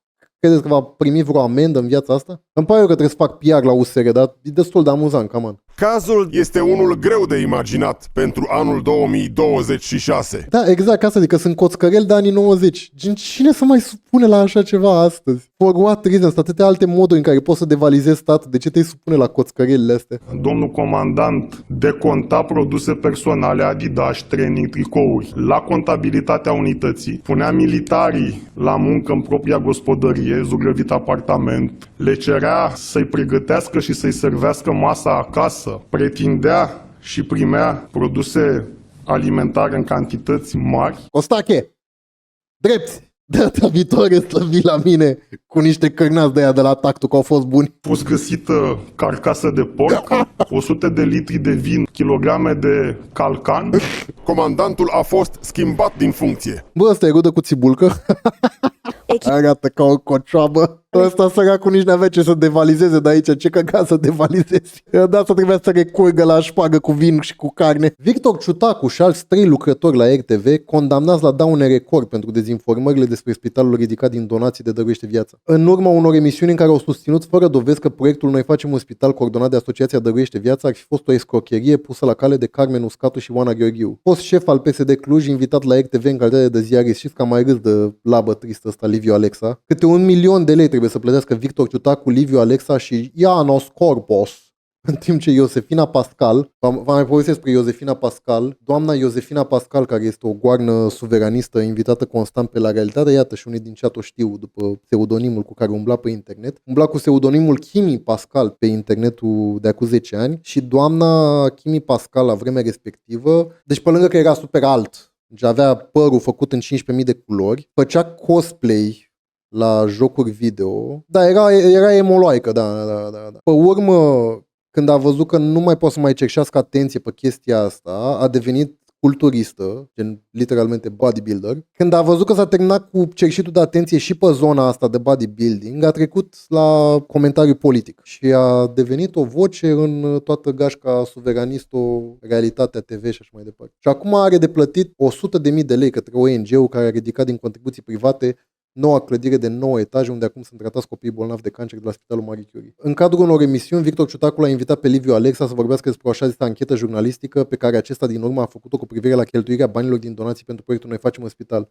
Liviu Alexa a susținut fără dovezi că de fapt Asociația Dăruiește Viața ar fi construit o clădire și că reprezentanții ONG-ului ar fi băgat în buzunar o mare parte din fonduri. Apelative jignitoare folosite în emisiuni. Narativul a fost reluat apoi în emisiunile realizate de Ianos Corpos, la care a participat și Iosefina Pascal, influencer conspiraționist. În plus, au folosit la adresa lui Carmen Uscatu și a Oanei Gheorghiu o serie de apelative jignitoare și au luat amenzi record. Ea este doamna Iosefina Pascal. Fraților, trebuie să retrag tot ce am spus vreodată despre Iași. Asta este ziua în care retrag tot ce am zis vreodată despre Iași. Mă rog, despre județul Iași, nu despre orașul Iași. Primul județ din România care elimină complet păcănelele. Toate localitățile au decis interzicerea sălilor cu slot machine. Județul Iași devine primul din România, vreodată la ceva. Județul Iași devine primul din România în care toate administrațiile locale au adoptat hotărâri pentru eliminarea sălilor de jocuri de noroc cu aparate de tip slot machine în urma unei campanii civice desfășurate în ultimele luni și a noilor atribuții acordate primăriilor prin ordonanță de urgență. Ultima localitate care a adoptat o astfel de decizie a fost municipiul Pașcani, ceea ce înseamnă că toate cele 98 de unități administrativ-teritoriale din județ au decis fie interzicerea completă a păcănelilor, fie eliminarea lor pe măsură ce expiră autorizațiile de funcționare. Anunțul a fost făcut de către un grup de inițiativă civică care susține că rezultatul este consecința unei mobilizări fără precedent a comunității, a organizațiilor civice, a autorităților locale și instituțiilor religioase. Demersul a fost posibil după intrarea în vigoare a OG-ului, act normativ care oferă consiliilor locale dreptul de a decide dacă autorizează funcționarea sălilor de jocuri de noroc sau dacă le interzic complet pe raza localității. Un bologenist ar zice, nu zici banii mica de acest OUG prin care se scopă că... Nu. Mi se pare că e la nivelul ăla de 1%, știi, în care lași, vezi, Doamne, consiliile locale să decide și așa mai departe. Nu e ceva care să elimine pe bune, care să zici, da, deci când se schimbă consiliul local, care e garanția că nu aduc înapoi păcănelele? La următoarele alegeri, da, să schimbă majoritatea sau whatever. Poate să le aducă înapoi mâine, dacă asta vor. Municipiul Iași a deschis seria interdicțiilor. Prima localitate din județ care a adoptat o astfel de măsură a fost comuna Miroslava. Ulterior, pe 27 aprilie, Consiliul Local Iași a aprobat în unanimitate proiectul fără păcănele care prevede eliminarea etapizată a sălilor de jocuri de noroc pe măsură ce expiră autorizațiile existente. Potrivit datelor ONJN, ultimele licențe aflate în prezent în vigoare expiră la sfârșitul lunii februarie 2027. În municipiul Iași mai funcționează în prezent 773 de aparate de păcănele într-un total de peste 105.800 de mijloace de joc autorizate la nivel național. Dezbaterea prinsă în anumite localități, nu toate deciziile au fost adoptate fără controverse, peste 7400 de semnături pentru eliminarea sălilor de jocuri. Grupul de inițiativă civică a dat, spune numele grupului de inițiativă civică, că vreau și eu să-i laud. Afirmă că unul dintre elementele decisive a fost petiția lansată împreună cu comunitate de click. Documentul a adunat peste 7400 de semnături din județul Iași și a fost prezentat autorităților locale în timpul procesului de consultare. Ador că refuză să zică numele grupului civic. Îi ador. Tendința se extinde în tot mai multe orașe din România. Iașul nu este un caz izolat după modificări legislative. La Sfântul Gheorghe, Consiliul Local a decis mutarea tuturor sălilor de jocuri de noroc, agențiilor de pariuri și cazinourilor, exclusiv în zona industrială a orașului. Regulamentul introduce și o taxă anuală de 2000 de lei pe metru pătrat, interzice publicitatea pentru jocurile de noroc și obligă operatorii să opacizeze complet geamurile spațiilor. Domnul Ciucu nu-și permite încă, nu l-au lăsat băieții de la guvern încă. Că, București nu e totuși Sfântul Gheorghe. Domnul Ciucu, deși are această oportunitate să facă asta în București, știi cum e. Sunt băieții la guvern cu ajutorul cărora ai ajuns primar, știi cum e, nu poți să superi. Comuna Miroslava mai merge. Bucureștiul totuși nu se poate. O măsură similară a fost adoptată și la Miercurea Ciuc. Paralel, administrațiile din Slatina, Brăila, Râșnov, Ploiești, Bacău, Târgoviște și sectorul 6 al capitalei, după ce a plecat Ciucu, au anunțat sau au adoptat măsuri similare, fie prin interzicerea totală a sălilor, fie prin eliminarea acestora din cartierele rezidențiale și în apropierea școlilor. Dar din sectorul 6 țin minte că doar era în discuție publică, nu cred că au făcut ceva în acest sens. Pardon, Consiliul Local Sector 6 a aprobat proiectul care interzice sălile de jocuri de noroc. Decizia finală aparține Primăriei Capitalei. Consiliul Local Sector 6 a aprobat un proiect care prevede interzicerea funcționarilor sălii de jocuri de noroc în spații fizice din sector. Inițiativa a fost propusă de consilierul SR și urmează să fie analizată la nivelul Consiliului General al Municipiului București, care va lua decizia finală privind aplicarea măsurii. Ia să mă interesez de ce nu se ia decizia finală. La 6 ce se mai aude de primărie, se aude faptul că atât primăria sectorului 6 cât și primăria generală a municipiului București, cât și guvernul României susțin orice formă de guvernământ, dar nu democrația. Nu se vor face alegeri. Eu am crezut că lumea o să fie mai deranjată de chestia asta. Eu sincer am crezut că locuitorii din sectorul 6 o să fie deranjați de faptul că nu se fac alegeri. Deși trebuie să se facă alegeri pentru că nu mai există un primar ales în sectorul 6, ci un băiat pus acolo de PNL. Nu pare că este vreo presiune în zona asta și eu am zis la momentul respectiv că eu nu cred că sunt atât de proști încât să nu organizeze alegeri, pentru că este o miză penibilă. Că oricum o să câștige PNL și atunci de ce n-ai organiza alegeri ca să fie un ales? Dar nu. Ciprian Ciucu și restul băieților sunt la nivelul Piedone. Adică asta e situația. Păi și cine e primar acolo? Un băiat de la PNL. Urmașul lui Ciucu, exact ca la primăria sectorului 5 în care s-a lăsat moștenire și a moștenit un băiat de lui Ciucu. Și nu e nimeni deranjat de chestia asta, e ceva... Nu s-au făcut alegeri și nu o să se facă. Adică eu de asta zic cum și când funcționează presiunea publică. Și într-un caz de genul ăsta, băieții și-au pus întrebarea, facem alegeri? Totuși e o miză penibilă, adică oricum o să câștigăm noi. Au zis, hai să ne uităm ce zice lumea. Lumea nu zice absolut nimica. Și atunci e la bagiul de Fire și încă 3 activiști de ăștia penibili le dă la muie. Atâta timp cât populația sectorului 6 nu zice nimica pe chestia asta, ei au înțeles că nu e nevoie de alegeri și că este complet în regulă să avem un primar care nu este ales. Să avem un primar care nu a primit votul cetățenilor din sector, care este acolo moștenirea unui alt băiat. Adică nu zic nimic ăștia de la USR, de la care sunt în Consiliu. Dacă te-ai aștepta ca USR-ul fiind acolo în Consiliu, marele partid cu corectitudine, cu meritocrație, te-ai aștepta să militeze pe chestia asta. Ăștia urmând să devină același partid, PNL cu USR, ce o să facă acum USR? O să piardă puncte de alianță cu ăștia ca să critique ceva penibil de la un sector? Un sector, dă-i morților pe aia. Și acum o să ne stricăm relațiile cu domnul Ciucu că nu vrea să organizeze alegeri la sectorul pe care l-a lăsat ca să candideze la primăria capitalei? Până la muie. Pentru cine nu știe, sectorul zice vrem să organizăm alegeri, trebuie să fie aprobat de nu știu ce, de ăsta de la primăria capitalei, de nu mai știu care e termenul, urmă să facă alegeri. Dar atâta timp cât primăria sectorului 6 nu zice nimica, primăria capitalei nu zice nimica, care e tot Ciucu, da, care și-a lăsat sclavul acolo, gest de ăsta antidemocratic, așa gen aruncat, repet, fără nicio miză. Pentru că oricum o să câștige PNL-ul alegerile. Deci oricum ăsta care e acum o să fie primar și după ce câștigă alegerile. 0-0 miză și totuși, pentru că nimeni nu zice nimica, pentru că nimeni nu face scandal, pentru că nimeni nu adresează chestia asta, pur și simplu fac acest act antidemocratic, aș spune. Nu doar că e nedemocratic, e antidemocratic. Deci este o normalizare a feudalismului, nu știu cum să-i zic. El literalmente a plecat un băiat, a desemnat pe altul să rămână în locul lui și gata, ăla e primarul. Deși el nu este ales, nu l-a votat nici măcar un om din această țară, dar el este primar peste 200... Cât are sectorul 6? El este primar peste 370.000 de locuitori, deși n-a fost votat de un om din această țară sau din acel sector. Da, am văzut asta. Primarul care nu e primar al sectorului 6, băiatul care spune despre sine însuși că e primar. Da, și el așa se prezintă. Eu sunt primarul sectorului 6. No, you're not. Ești un băiat care a ajuns acolo că a lins unde trebuie, la Ciucu. Nu știe nimeni cum te cheamă. Putem să ieșim prin sectorul 6 să întrebăm. Știe cineva? Eu nu știu cum îl cheamă, literalmente. Putem să ieșim prin sector acum să întrebăm 100 de oameni. Dacă unul știe cum te cheamă, eu zic gata, tu azi ești primar. Da, e primarul sectorului 6 cum e Georgescu, președinte, exact. Da, și a zis că pe Iuliu Maniu nu este loc fizic pentru piste de biciclete. Iuliu Maniu, un bulevard imens, nu este loc pentru piste de biciclete. De ce? Că așa a zis băiatul ăsta care nu e primar, dar se face pe primarul. Dacă așa a zis el, înseamnă că așa e, că el e pe foturile de primar și nu se chinuie nimeni să întrebe de ce e băiatul ăsta pe foturile de primar, deși el nu e primar. Uite, o simulare făcută de Mihnea de la Sens. Dar nu e loc. De ce? Că așa a zis băiatul ăsta, că nu e loc. Bă, e adevărat, bă, măcar pe Călin Georgescu l-a votat cineva. Bă, pe Călin Georgescu l-a votat măcar un om din țara asta, spre deosebire de băiatul ăsta de la sectorul 6. Da, mă, da, păi, dar nu poți să-i super pe aia din militari care și așa nu pot să parcheze prin spatele blocului.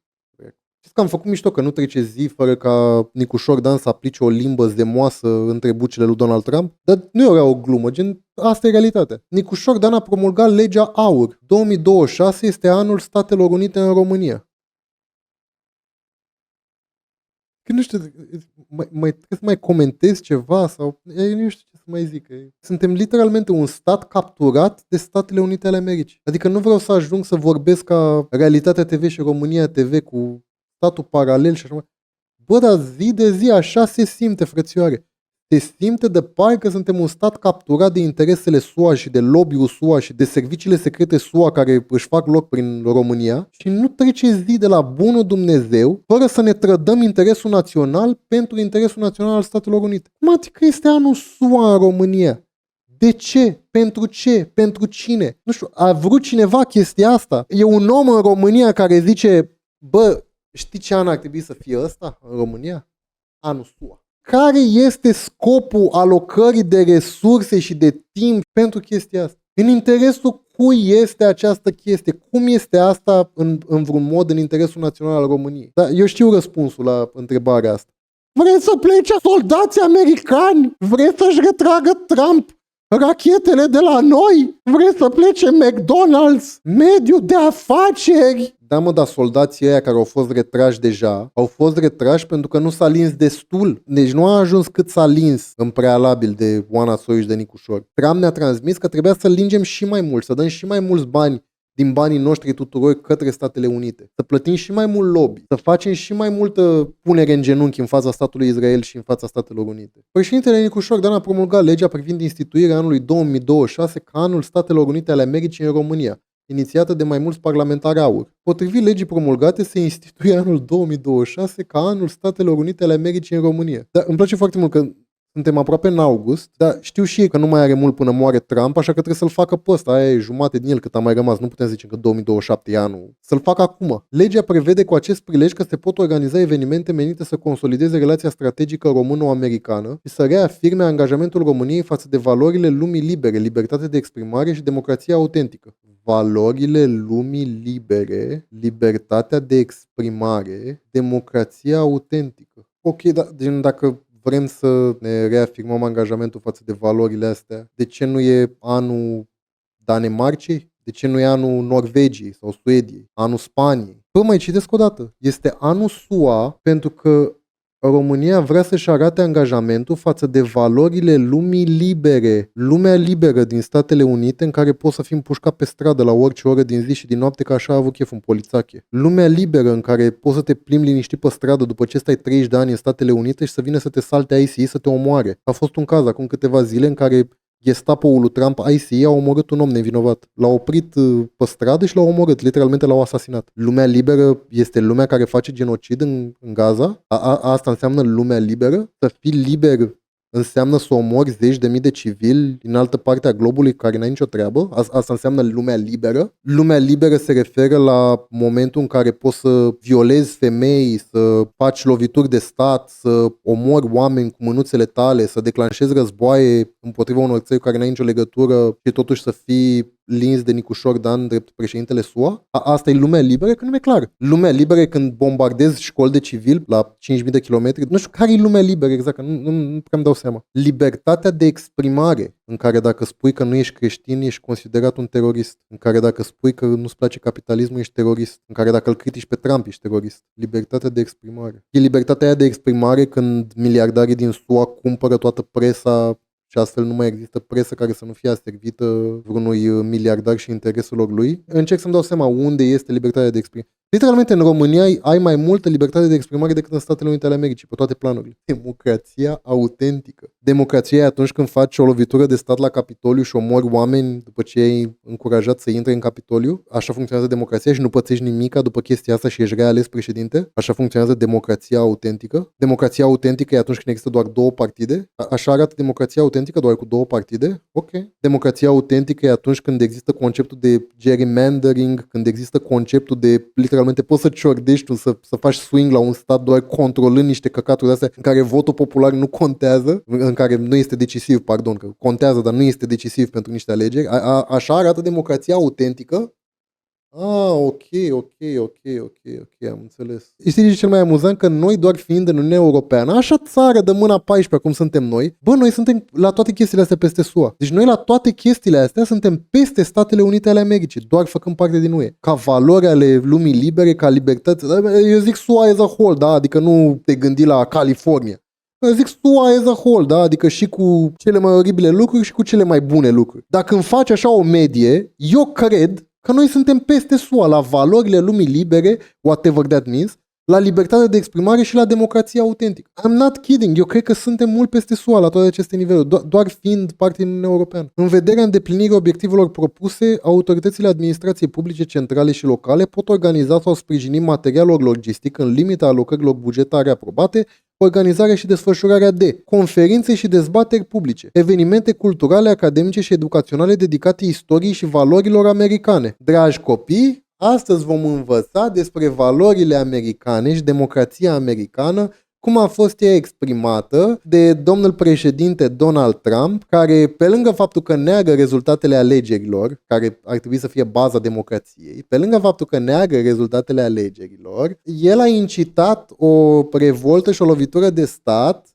în care a încurajat oamenii să intre peste politicieni aleși și să le facă puncte. În contextul acestei încercări de lovituri de stat au murit oameni și domnul președinte Donald Trump n-a pățit nimica și asta ar fi o valoare americană. Vreți să vă mai povestim despre istoria Statelor Unite ale Americii și despre democrația lor? Dragi copii, voi nu erați născuți, dar în anul 2000, republicanii care au murit între timp, da, mulți dintre ei susțin și astăzi pe Donald Trump, au furat alegeri. Așa cum zice Don Georgescu că e în România, în SUA chiar au furat alegeri și n-a ieșit ăla care a câștigat votul popular și a ieșit un băiat. Știți cum îl cheamă pe băiat? George W. Bush. Literalmente au furat alegeri în Florida. Asta înseamnă democrația adevărată, când poți să furi alegeri și totuși sistemul să te lase să o faci, să nu se întâmple absolut nimica și să continue totul de parcă nu s-a întâmplat absolutamente nimica. Poți pur și simplu, într-o democrație reală, poți pur și simplu să ciordești alegeri cu fractul. O parte a acestor valori americane, dragi copii, au fost și pe teritoriul României parte din aceste valori americane. Uite, de exemplu, ni se zice, Curtea Europeană, noi știm, adică este împotriva Statelor Unite, că sunt niște woke-iști împuțiți. Curtea Europeană a constatat că România a găzduit o închisoare secretă a CIA. Asta înseamnă valorile americane, să te duci în țări la 20.000 de kilometri departare de tine, să faci baze de detenție CIA pe teritoriul lor, doar pentru că țările alea sunt destul de sclave încât să pună botul la caterincile tale. Vedeți cum a venit democrația americană și în România, dragi copii? Și președintele nostru, Donald J. Trump, nu este în niciun caz un violator. Și de unde știm că nu este un violator? Păi uite, este foarte simplu. Un judecător l-a pus pe Trump să plătească 5,8 milioane în scandalul de femeia care l-a acuzat de viol, dar judecătorul n-a zis, domne, a violat-o. Judecătorul a zis, domnul Trump a decis să plătească 5,8 milioane de dolari acestei femei ca să încheie procesul. Deci nu știm dacă a violat-o, n-a violat-o, tot ce știm este că domnul Trump a plătit 6 milioane de dolari ca să se oprească procesul. Și asta face parte din democrația și din sistemul de justiție fantastic pe care îl are SUA. Păi, e incredibil, pot să duc așa până mâine. Pot să dau până mâine exemple de astea fără să mă repet. Uite copii, știți cum arată democrația adevărată? Democrația americană, că de acolo știm și noi democrație, că dacă nu erau americanii să ne învețe democrație, noi acum eram în Evul Mediu. Noi acum vom asculta un apel al domnului președinte Donald Trump în anul în care a pierdut alegerile, în care domnul președinte Donald Trump puna pe la guvernatorii din state și le zicea: găsește și mie 11.000 de voturi, că am nevoie de 11.000 de voturi ca să ciordesc alegerile. Și știți ce e frumos la democrația din Statele Unite? Că nu s-a întâmplat nimic. Că Donald Trump, președintele în funcție, a putut să sune: fură și mie 11.000 de voturi, fă și mie rost de 11.000 de voturi, și nu s-a întâmplat nimica, pentru că asta este frumos la sistemul de justiție și la democrația din Statele Unite ale Americii. Noi zicem foarte frumos, uite, vă și arăt. I just want to find 11,780 votes, which is one more than we have. I only need 11,000 votes. Fellas, I need 11,000 votes. Give me a break. There's nothing wrong with saying that, that you've recalculated. Well, Mr. President, the challenge that you have is the data you have is wrong. You do it to uncover fraud. You could say for transparency and to uncover fraud, possible fraud. So who's going to stop you for that? You know, it's like A federal judge. Și asta e frumos la democrația din Statele Unite ale Americii, că nu s-a întâmplat nimic. Că Trump este prins pe audio, cum le zice ălora să-i facă rost de 11.000 de voturi și cum le dă și scuze. Poți să zici că e pentru o fraudă suspectă, cine o să te oprească? Și ăla îi zice, cum cine o să mă oprească? Un judecător, ești prost? Și nu s-a întâmplat nimic. Nu e frumoasă democrația americană? De la care avem foarte multe de învățat. De mâine începând o să trebuiască să ne punem steagul american cu uliu aici pe tâmplă care să coboare așa ca la Mike Tyson. Sunt sclavul SUA. Următoarea lege pe care o dă Aur și o aprobă Nicu Șordan. Acțiuni de doi publică. De educație publică, bănuiesc, și comunicare, diplomație româno-americană. Ok, super. Orice alte activități de promovare a cooperării româno-americane și a valorilor democratice. În plus, radioul și televiziunea publice pot difuza materiale tematice realizate cu ocazia Anului Statelor Unite ale Americii în România. Deci să cheltuim niște bani de la buget pentru ce exact? Nu știu, fiecare când mai zic chestiile astea, că de asta fac mișto, că eu știu răspunsurile, mai apar tot felul de dăștia, știi? Adică am avut de la oameni cu legături directe cu diplomația română până la tot felul de la bagii ăștia, de tip studenți la drept, care vin să-ți explice, păi nu, domne, că să vezi că jocul diplomatic e mai complicat de atât, ca să niște chestii simbolice. Știi ce îmi imaginez de fiecare dată când aud asta? Îmi imaginez fix anii 30 în care se zicea, domne, astea sunt niște chestii de diplomație pe care trebuie să le facem cu Germania. Trebuie să fim cooperați cu Hitler, că altfel efectiv același căcat. Crezi că va fi zi națională de doliu dacă moare Trump? Pot să aplic și eu la fondurile astea să fac un stream dedicat Statelor Unite ale Americii și democrației SUA și educației democratice SUA?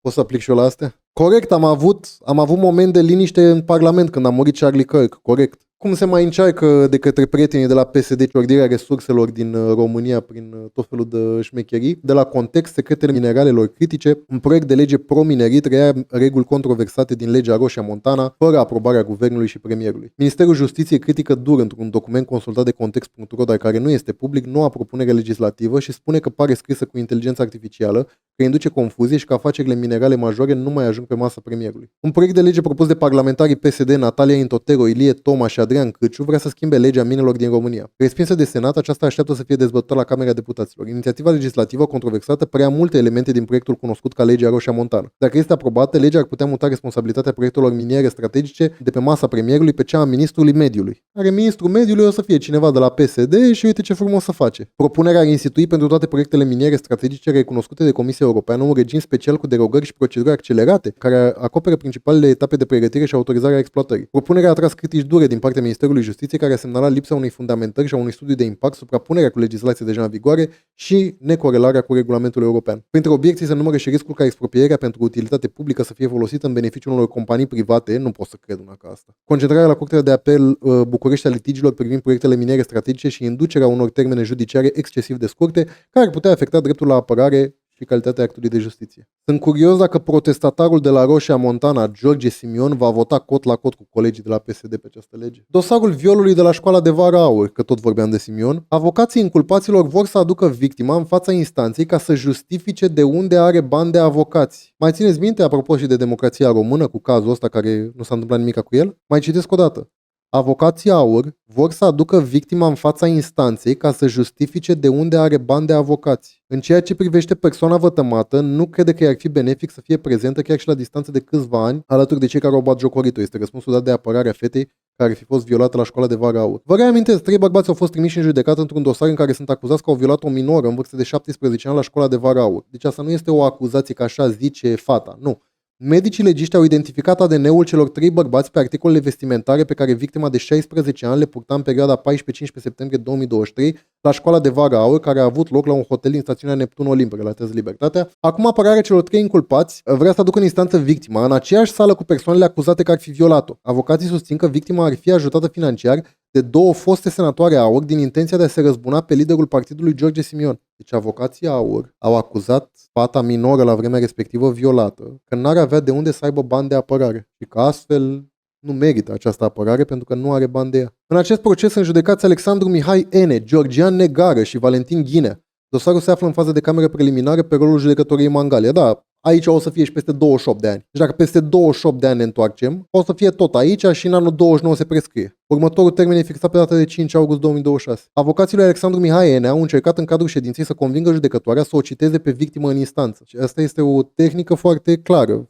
Aduci victima violată ca minoră în fața ălora ca să fie intimidat. Asta este în caz că nu e evident de către violatorii ei. Aceștia vor să afle direct de la victimă dacă aceasta și-a dat sau nu acordul pentru a fi reprezentată de avocații săi. Să vă înțelegeți? Deci vor să aducă victima violului în instanță ca să spună în instanță dacă a acceptat sau nu să fie reprezentată de avocații săi. Reprezentanții inculpatului susțin că victima a schimbat până acum prea mulți avocați în raport cu situația ei financiară. Aceștia sugerează că dosarul este o răzbunare politică a unei foste senatoare Aur. Da, și fosta senatoare Aur a pus sperma lor pe hainele fetei violate? Fosta senatoare Aur a făcut asta? Ok. Deci asta e frumos, că nu se întâmplă nimic cu... Nu e nimeni vinovat. George Simios zburdă pe câmpii. Cam asta este Aur, cam asta este Partidul Aur. Asociația Accept acuză că o femeie trans din Franța a fost agresată într-o secție de poliție din București. Asociația Accept a anunțat astăzi că a sesizat parchetul militar după ce o femeie trans din Franța, creatoare de conținut, a fost agresată cu brutalitate într-o secție de poliție din București.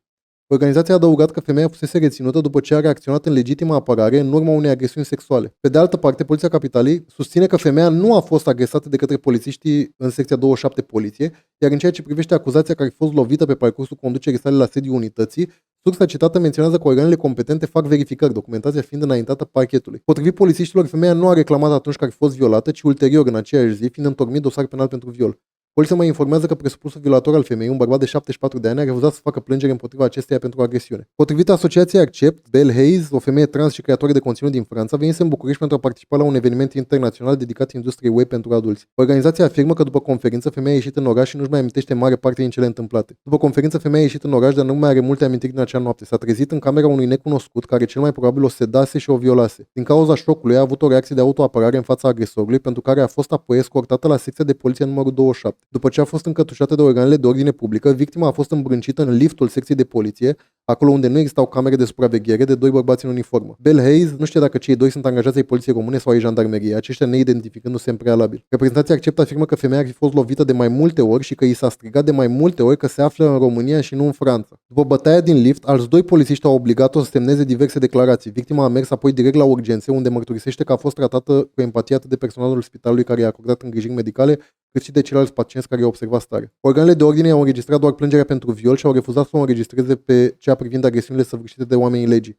Ulterior, victima a fost examinată de INML, care a constatat agresiunea la care a fost supusă și au înregistrat semnele bătăii la care a fost supusă. Mi-e clar că această poveste este 100% reală, doar după acest citat. I s-a strigat de mai multe ori că se află în România și nu în Franța. Mi-e absolut clar că un meaist a zis chestia asta. N-am absolutamente nicio îndoială că un meaist a zis chestia asta. Deci e ceva ce nu poți să inventezi, ce este complet din gura unui meaist. Da, deci INML a confirmat faptul că această femeie a fost bătută. Actualizare. Poliția Capitalei informează că în noaptea așa, din verificările efectuate, a reieșit că echipajul de jandarmi a fost sesizat de un bărbat care reclama că ar fi fost agresat fizic de femeia din Franța în vârstă de 34 de ani. La momentul intervenției, femeia avea un comportament agitat și necooperant, motiv pentru care a fost condusă la sediul secției 27 poliție. Deci femeia agresată, după cum a spus Accept, probabil sedată și violată, a avut un comportament agitat și necooperant, motiv pentru care au săltat-o. Privire la agresiunea fizică a polițiștilor, precizăm că aspectele invocate fac obiectul verificărilor desfășurate de... Salut, băieți, ați bătut-o cumva pe această femeie? Nu, Doamne iartă-mă. Verificările s-au încheiat, băieții nu au bătut-o pe femeie. În știri de tip comedie, Lia Olguța Vasilescu despre posibilitatea alegerilor anticipate. Nu ne e teamă. Noi un scor mai mic decât cel care a fost luat la ultimele alegeri nu putem să luăm niciodată. Îmi place foarte mult cum și Grindeanu și Olguța și toți ăștia din PSD fac acest larping, acest cosplay de tip. Să știți că nouă nu ne e frică de anticipate. E absolut evident că sunteți căcați pe voi la posibilitatea unor alegeri anticipate, că vede și știe toată lumea că voi sunteți singurul partid care a scăzut în timpul ăsta. Vede și știe toată lumea că toate partidele din România au crescut în timp ce voi ați scăzut. Știe toată lumea, absolut evident pentru toată lumea că sunteți căcați. Nu ne e frică. Nu ne e frică. Da, probabil se gândește la voturile PSD Aur la un loc, da. Probabil că doamna Olguța știe că o să facă alianță cu cu aur și atunci da, o să crească procentual, I guess. Nu știu dacă ați văzut, dar Trump pregătește deja pierderea alegerilor, astea care vin acum midterms. Donald Trump acuză China de amestec în alegerile americane din 2020, contrazicând serviciile de informații din SUA. Da, deci să știți, acum când o să piardă republicanii alegerile care vin acum în SUA, să știți foarte clar că a fost vina Chinei, a fost vina oricui. Democrație? Avem ce învăța de aici. Și also, este absolut fascinant că, vezi, Doamne, China s-a implicat de partea lui Joe Biden în alegerile din 2020 și astfel a câștigat Joe Biden, dar el era președinte în 2020. În anul în care a câștigat Joe Biden, el era președinte. Deci China s-a amestecat în alegeri în timp ce tu erai președinte și în astea, când ai câștigat tu din nou, nu s-au mai implicat. Deci când erau ei alții la putere, care aveau ca interes să-ți fure ție votul, atunci nu s-au. Da. Dan Tănasă, parlamentarul fascist de la AUR, pus sub acuzare de parchetul general pentru postările împotriva muncitorilor străini. Mai țineți minte saga Dan Tănasă? I-am făcut și eu o plângere, nevertebrată este ea de Dan Tănasă, i-am făcut și eu o plângere la CNCD pentru mizerile pe care le-a spus, în caz că nu mai țineți minte, asta cu livratorii, e pistol cu apă față de ce posează Dan Tănasă. Împotriva a orice minoritate ești pe lumea asta, fii sigur că Dan Tănasă vrea exterminarea ta într-un mall sau altul. A fost adus pentru postarea care zicea refuzați comanda dacă nu e livrată de un român, nu mai încurajați importul de muncitori din Asia și Africa, treziți-vă. Deci asta a fost pistol cu apă față de ce. Deci posta de alea, clipuri făcute cu AI, cu negri care omoară albi, deci cele mai nenorocite chestii din lume. Deci asta e pistol cu apă cu livratorii, dar pentru această chestie care a fost în spațiu public cu livratorii, am făcut și eu plângere la CNCD acum un an lui Dan Tănasă și am primit răspuns de la CNCD, de la Consiliul Național pentru Combaterea Discriminării. Știți ce răspuns am primit? Am primit răspuns prin poștă. Mi-au trimis scrisoare. Eu le-am dat mail și ei mi-au trimis scrisoare și mi-au zis că plângerea mea nu poate să fie luată în calcul. De ce? Pentru că eu nu sunt victimă. Eu nu am fost victima discriminării lui Dan Tănasă nefiind un livrator asiatic sau african și astfel ei nu poate să-mi ia în calcul plângerea pentru că eu nu sunt o victimă. Și mi-a plăcut foarte mult logica asta, gen, dar dacă văd pe cineva că face salutul la televizor, pot să-l reclam dacă nu sunt o victimă nazistă.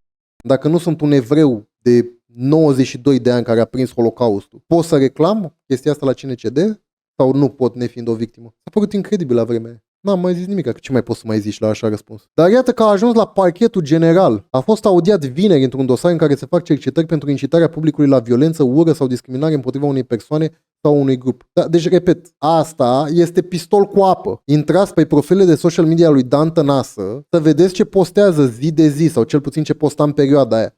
Deci erau numai fake news-uri de alea mizerabile, copilă albă violată de 14 imigranți și poliția i-a dat... Deci de alea povești, de alea scrise cu AI, și cele mai nenorocite căcaturi din lumea asta de instigare la violență rasială. Și după asta, poate mai țineți minte cum s-a victimizat Dan Tănasă, mai țineți minte cum Dan Tănasă și-a dat mail singur în care se amenința ca pe urmă să pună pe Twitter să zică ia uitați cum sunt amenințat și a fost atât de prost încât n-a știut ce să cenzureze la adresa de mail și am văzut că și-a dat mail singur, mai țineți minte? Bărbații alfa! Ei vor face o nouă rasă ariană și ce căcaturi de astea își mai zic între ei și la cea mai mică problemă în spațiu public, operația, sunt atacat, uite mailul ăsta pe care mi l-am dat singur, au. Și desigur, în același stil de victimizare penibilă de la bărbații alfa, războinicii României, oamenii cu Zelea Codreanu în gură și așa mai departe. George Simion, atenție, au început atacurile la AUR. Dan Tănasă tocmai a ieșit de la procurorul Rareș Stan, același care ne-a furat telefoanele înainte de alegerile europarlamentare. Nu vă lăsați intimidați, sunt ultimele zvârcoliri. Sunt răi cu noi, sunt foarte răi. Noi putem să instigăm la violențe împotriva imigranților, dar ei sunt răi cu noi. Și mai țineți minte că în contextul în care chestia asta era știre națională, atunci a fost și cazul cu livratorul atacat. Mai țineți minte? Cazul cu ăla de plângea după măsa, după ce a fost imobilizat. Și au mai fost și alte atacuri împotriva livratorilor fix în aceeași perioadă. Val de solidaritate după anchetarea penală a deputatului Dan Tănasă. Nu este vorba despre Dan Tănasă sau despre AUR, este vorba despre libertatea de exprimare a tuturor. Ăștia toată ziua cu libertatea de exprimare în gură și la primul lucru pe care îl zici despre ei te dau în judecată sau încep să facă spume pe TikTok de ce ești rău cu ei. Vezi Michi Neamțu. Dacă nu ați înțeles încă în ce țară trăiți, vă semnalez faptul că începând de ieri, eu, deputat în Parlamentul României, sunt oficial inculpat într-un dosar penal în care sunt acuzat că am incitat la violență și la discriminare împotriva muncitorilor de pe două continente, Asia și Africa. Pentru că nu vreau ca România să fie invadată de muncitori. Deci el este acuzat de chestia asta și el în propriul lui video reiterează instigarea la ură pe care a făcut-o în postarea inițială. Deci el singur în videoul lui de apărare reiterează exact pentru ce este acuzat. Nu vreau ca România să fie invadată de muncitori. Bă, Dandra, să nu te spăra, dar ești fantasmagoric de prost. Dandra, să ești atât de prost încât te-a săltat garda pentru mizerile pe care le-ai spus și tu ești atât de prost încât reiterezi mizerile pe care le-ai spus a doua zi. E că tu spune, ești de un nivel de o prostie monumentală. Și știi de la ce vine prostia asta monumentală? Că și tu și tot neamul tău de auriști din care vă faceți parte din partidul ăla, te spre analfabet, mă. Să găsiți niște formulări, niște epitete, te spre analfabet pentru chestia asta. Tu ești atât de prost încât după ce ești acuzat de instigare la ură, vii pe internet a doua zi și zici nu vreau să fiu invadat de livratori. Ești atât de analfabet că n-ai fost în stare să găsești altă formulare care să nu intre pe aceeași asta de instigare la ură, pe care ai fost acum adus la gardă. Și prost și analfabet. Eu am dreptul la liberă exprimare să te fac prost și analfabet și un fulgușor de nea care își dă mail-uri singur? Am acest drept? Necalificați din țări cu practici incompatibile cu civilizația europeană. Practici incompatibile cu civilizația europeană. Ăsta atât de proști, ți și milă la un punct încolo. Da, voi reitera exact lucru pentru care am ajuns la gardă, da. Te întorc armele constant la realitatea, au început să curgă banii de la PSD. Ia fiți atenți ce părere are Anca Alexandrescu pe această temă. Nu sunt de acord cu ceea ce a făcut domnul Dan Tănase și sunt împotriva acelei formule pe care a lansat-o domnul. Să nu spun instigare. A întors lumea cu susul în jos ce fac banii care au început să curgă înapoi de la PSD și de la PNL. Fantastic. Străinii care vin să muncească în România sunt fix la fel ca românii care au fost împinși să plece în afara țării. Bă, Anca Alexandrescu zice ce zice Silviu Faianțar pe stream, ești prost? Deci cum Anca Alexandrescu nu e de acord cu Dan Tănasă? Oare ce-o fi influențat-o pe Anca Alexandrescu să nu mai fie de acord cu genul ăsta de exprimări? S-a întors lumea cu sus în jos, fraților. Oradea! Bolo! Ca în absolutamente fiecare an, marșul Oradea Pride este constant atacat de toate autoritățile din Oradea și bisericile din Oradea. De 4 ani la rând. Consiliul Europei somează autoritățile române să permită marșul din 25 iulie de la Oradea. Bă, trebuie să te someze Consiliul Bolo, Oradea! Comisarul pentru drepturile omului a Consiliului Europei și-a exprimat îngrijorarea față de informațiile potrivit cărora marșul Oradea Pride 2026 ar putea fi din nou împiedicat. Sunt îngrijorat de informațiile potrivit cărora marșul Oradea Pride 2026 va fi din nou împiedicat în România. Libertatea de întrunire aparține tuturor. Autoritățile ar trebui să dialogueze cu organizatorii, să facă posibil un traseu sigur și adecvat, să protejeze participanții. Verzii europeni și Sens cer autorităților române să intervină. Aceștia susțin că timp de 4 ani consecutiv, organizația locală ARC Oradea a fost împiedicată să organizeze un marș Pride în oraș și invocă informațiile publice potrivit cărora autoritățile locale ar intenționa să respingă cele peste 100 de trasee propuse în acest an de organizatori și să ofere în schimb posibilitatea unei adunări într-un punct fix. Au propus peste 100 de trasee ca să le aprobe măcar unul. Au propus peste 100 de trasee ca să le aprobe măcar unul și nu vor să le aprobe. Peste 125 de organizații apel pentru desfășurarea marșului. Oradea! Da, oraș educat, oameni culți, mai aproape de Viena, etc. Un cont făcut ieri întreabă dacă cu ce ajută acest marș Pride. Să întrebe proști în chat. Un simplu om a întrebat pur și simplu cu ce ajută marșul Pride și uite ce i-a spus. Nu pot să cred. E absolut crazy că singurul scop al marșului e să întrebe proștii și chiar a funcționat. Da, și mie mi s-a părut interesant. Bine, pupici, toate cele bune, ne vedem joi. Pa!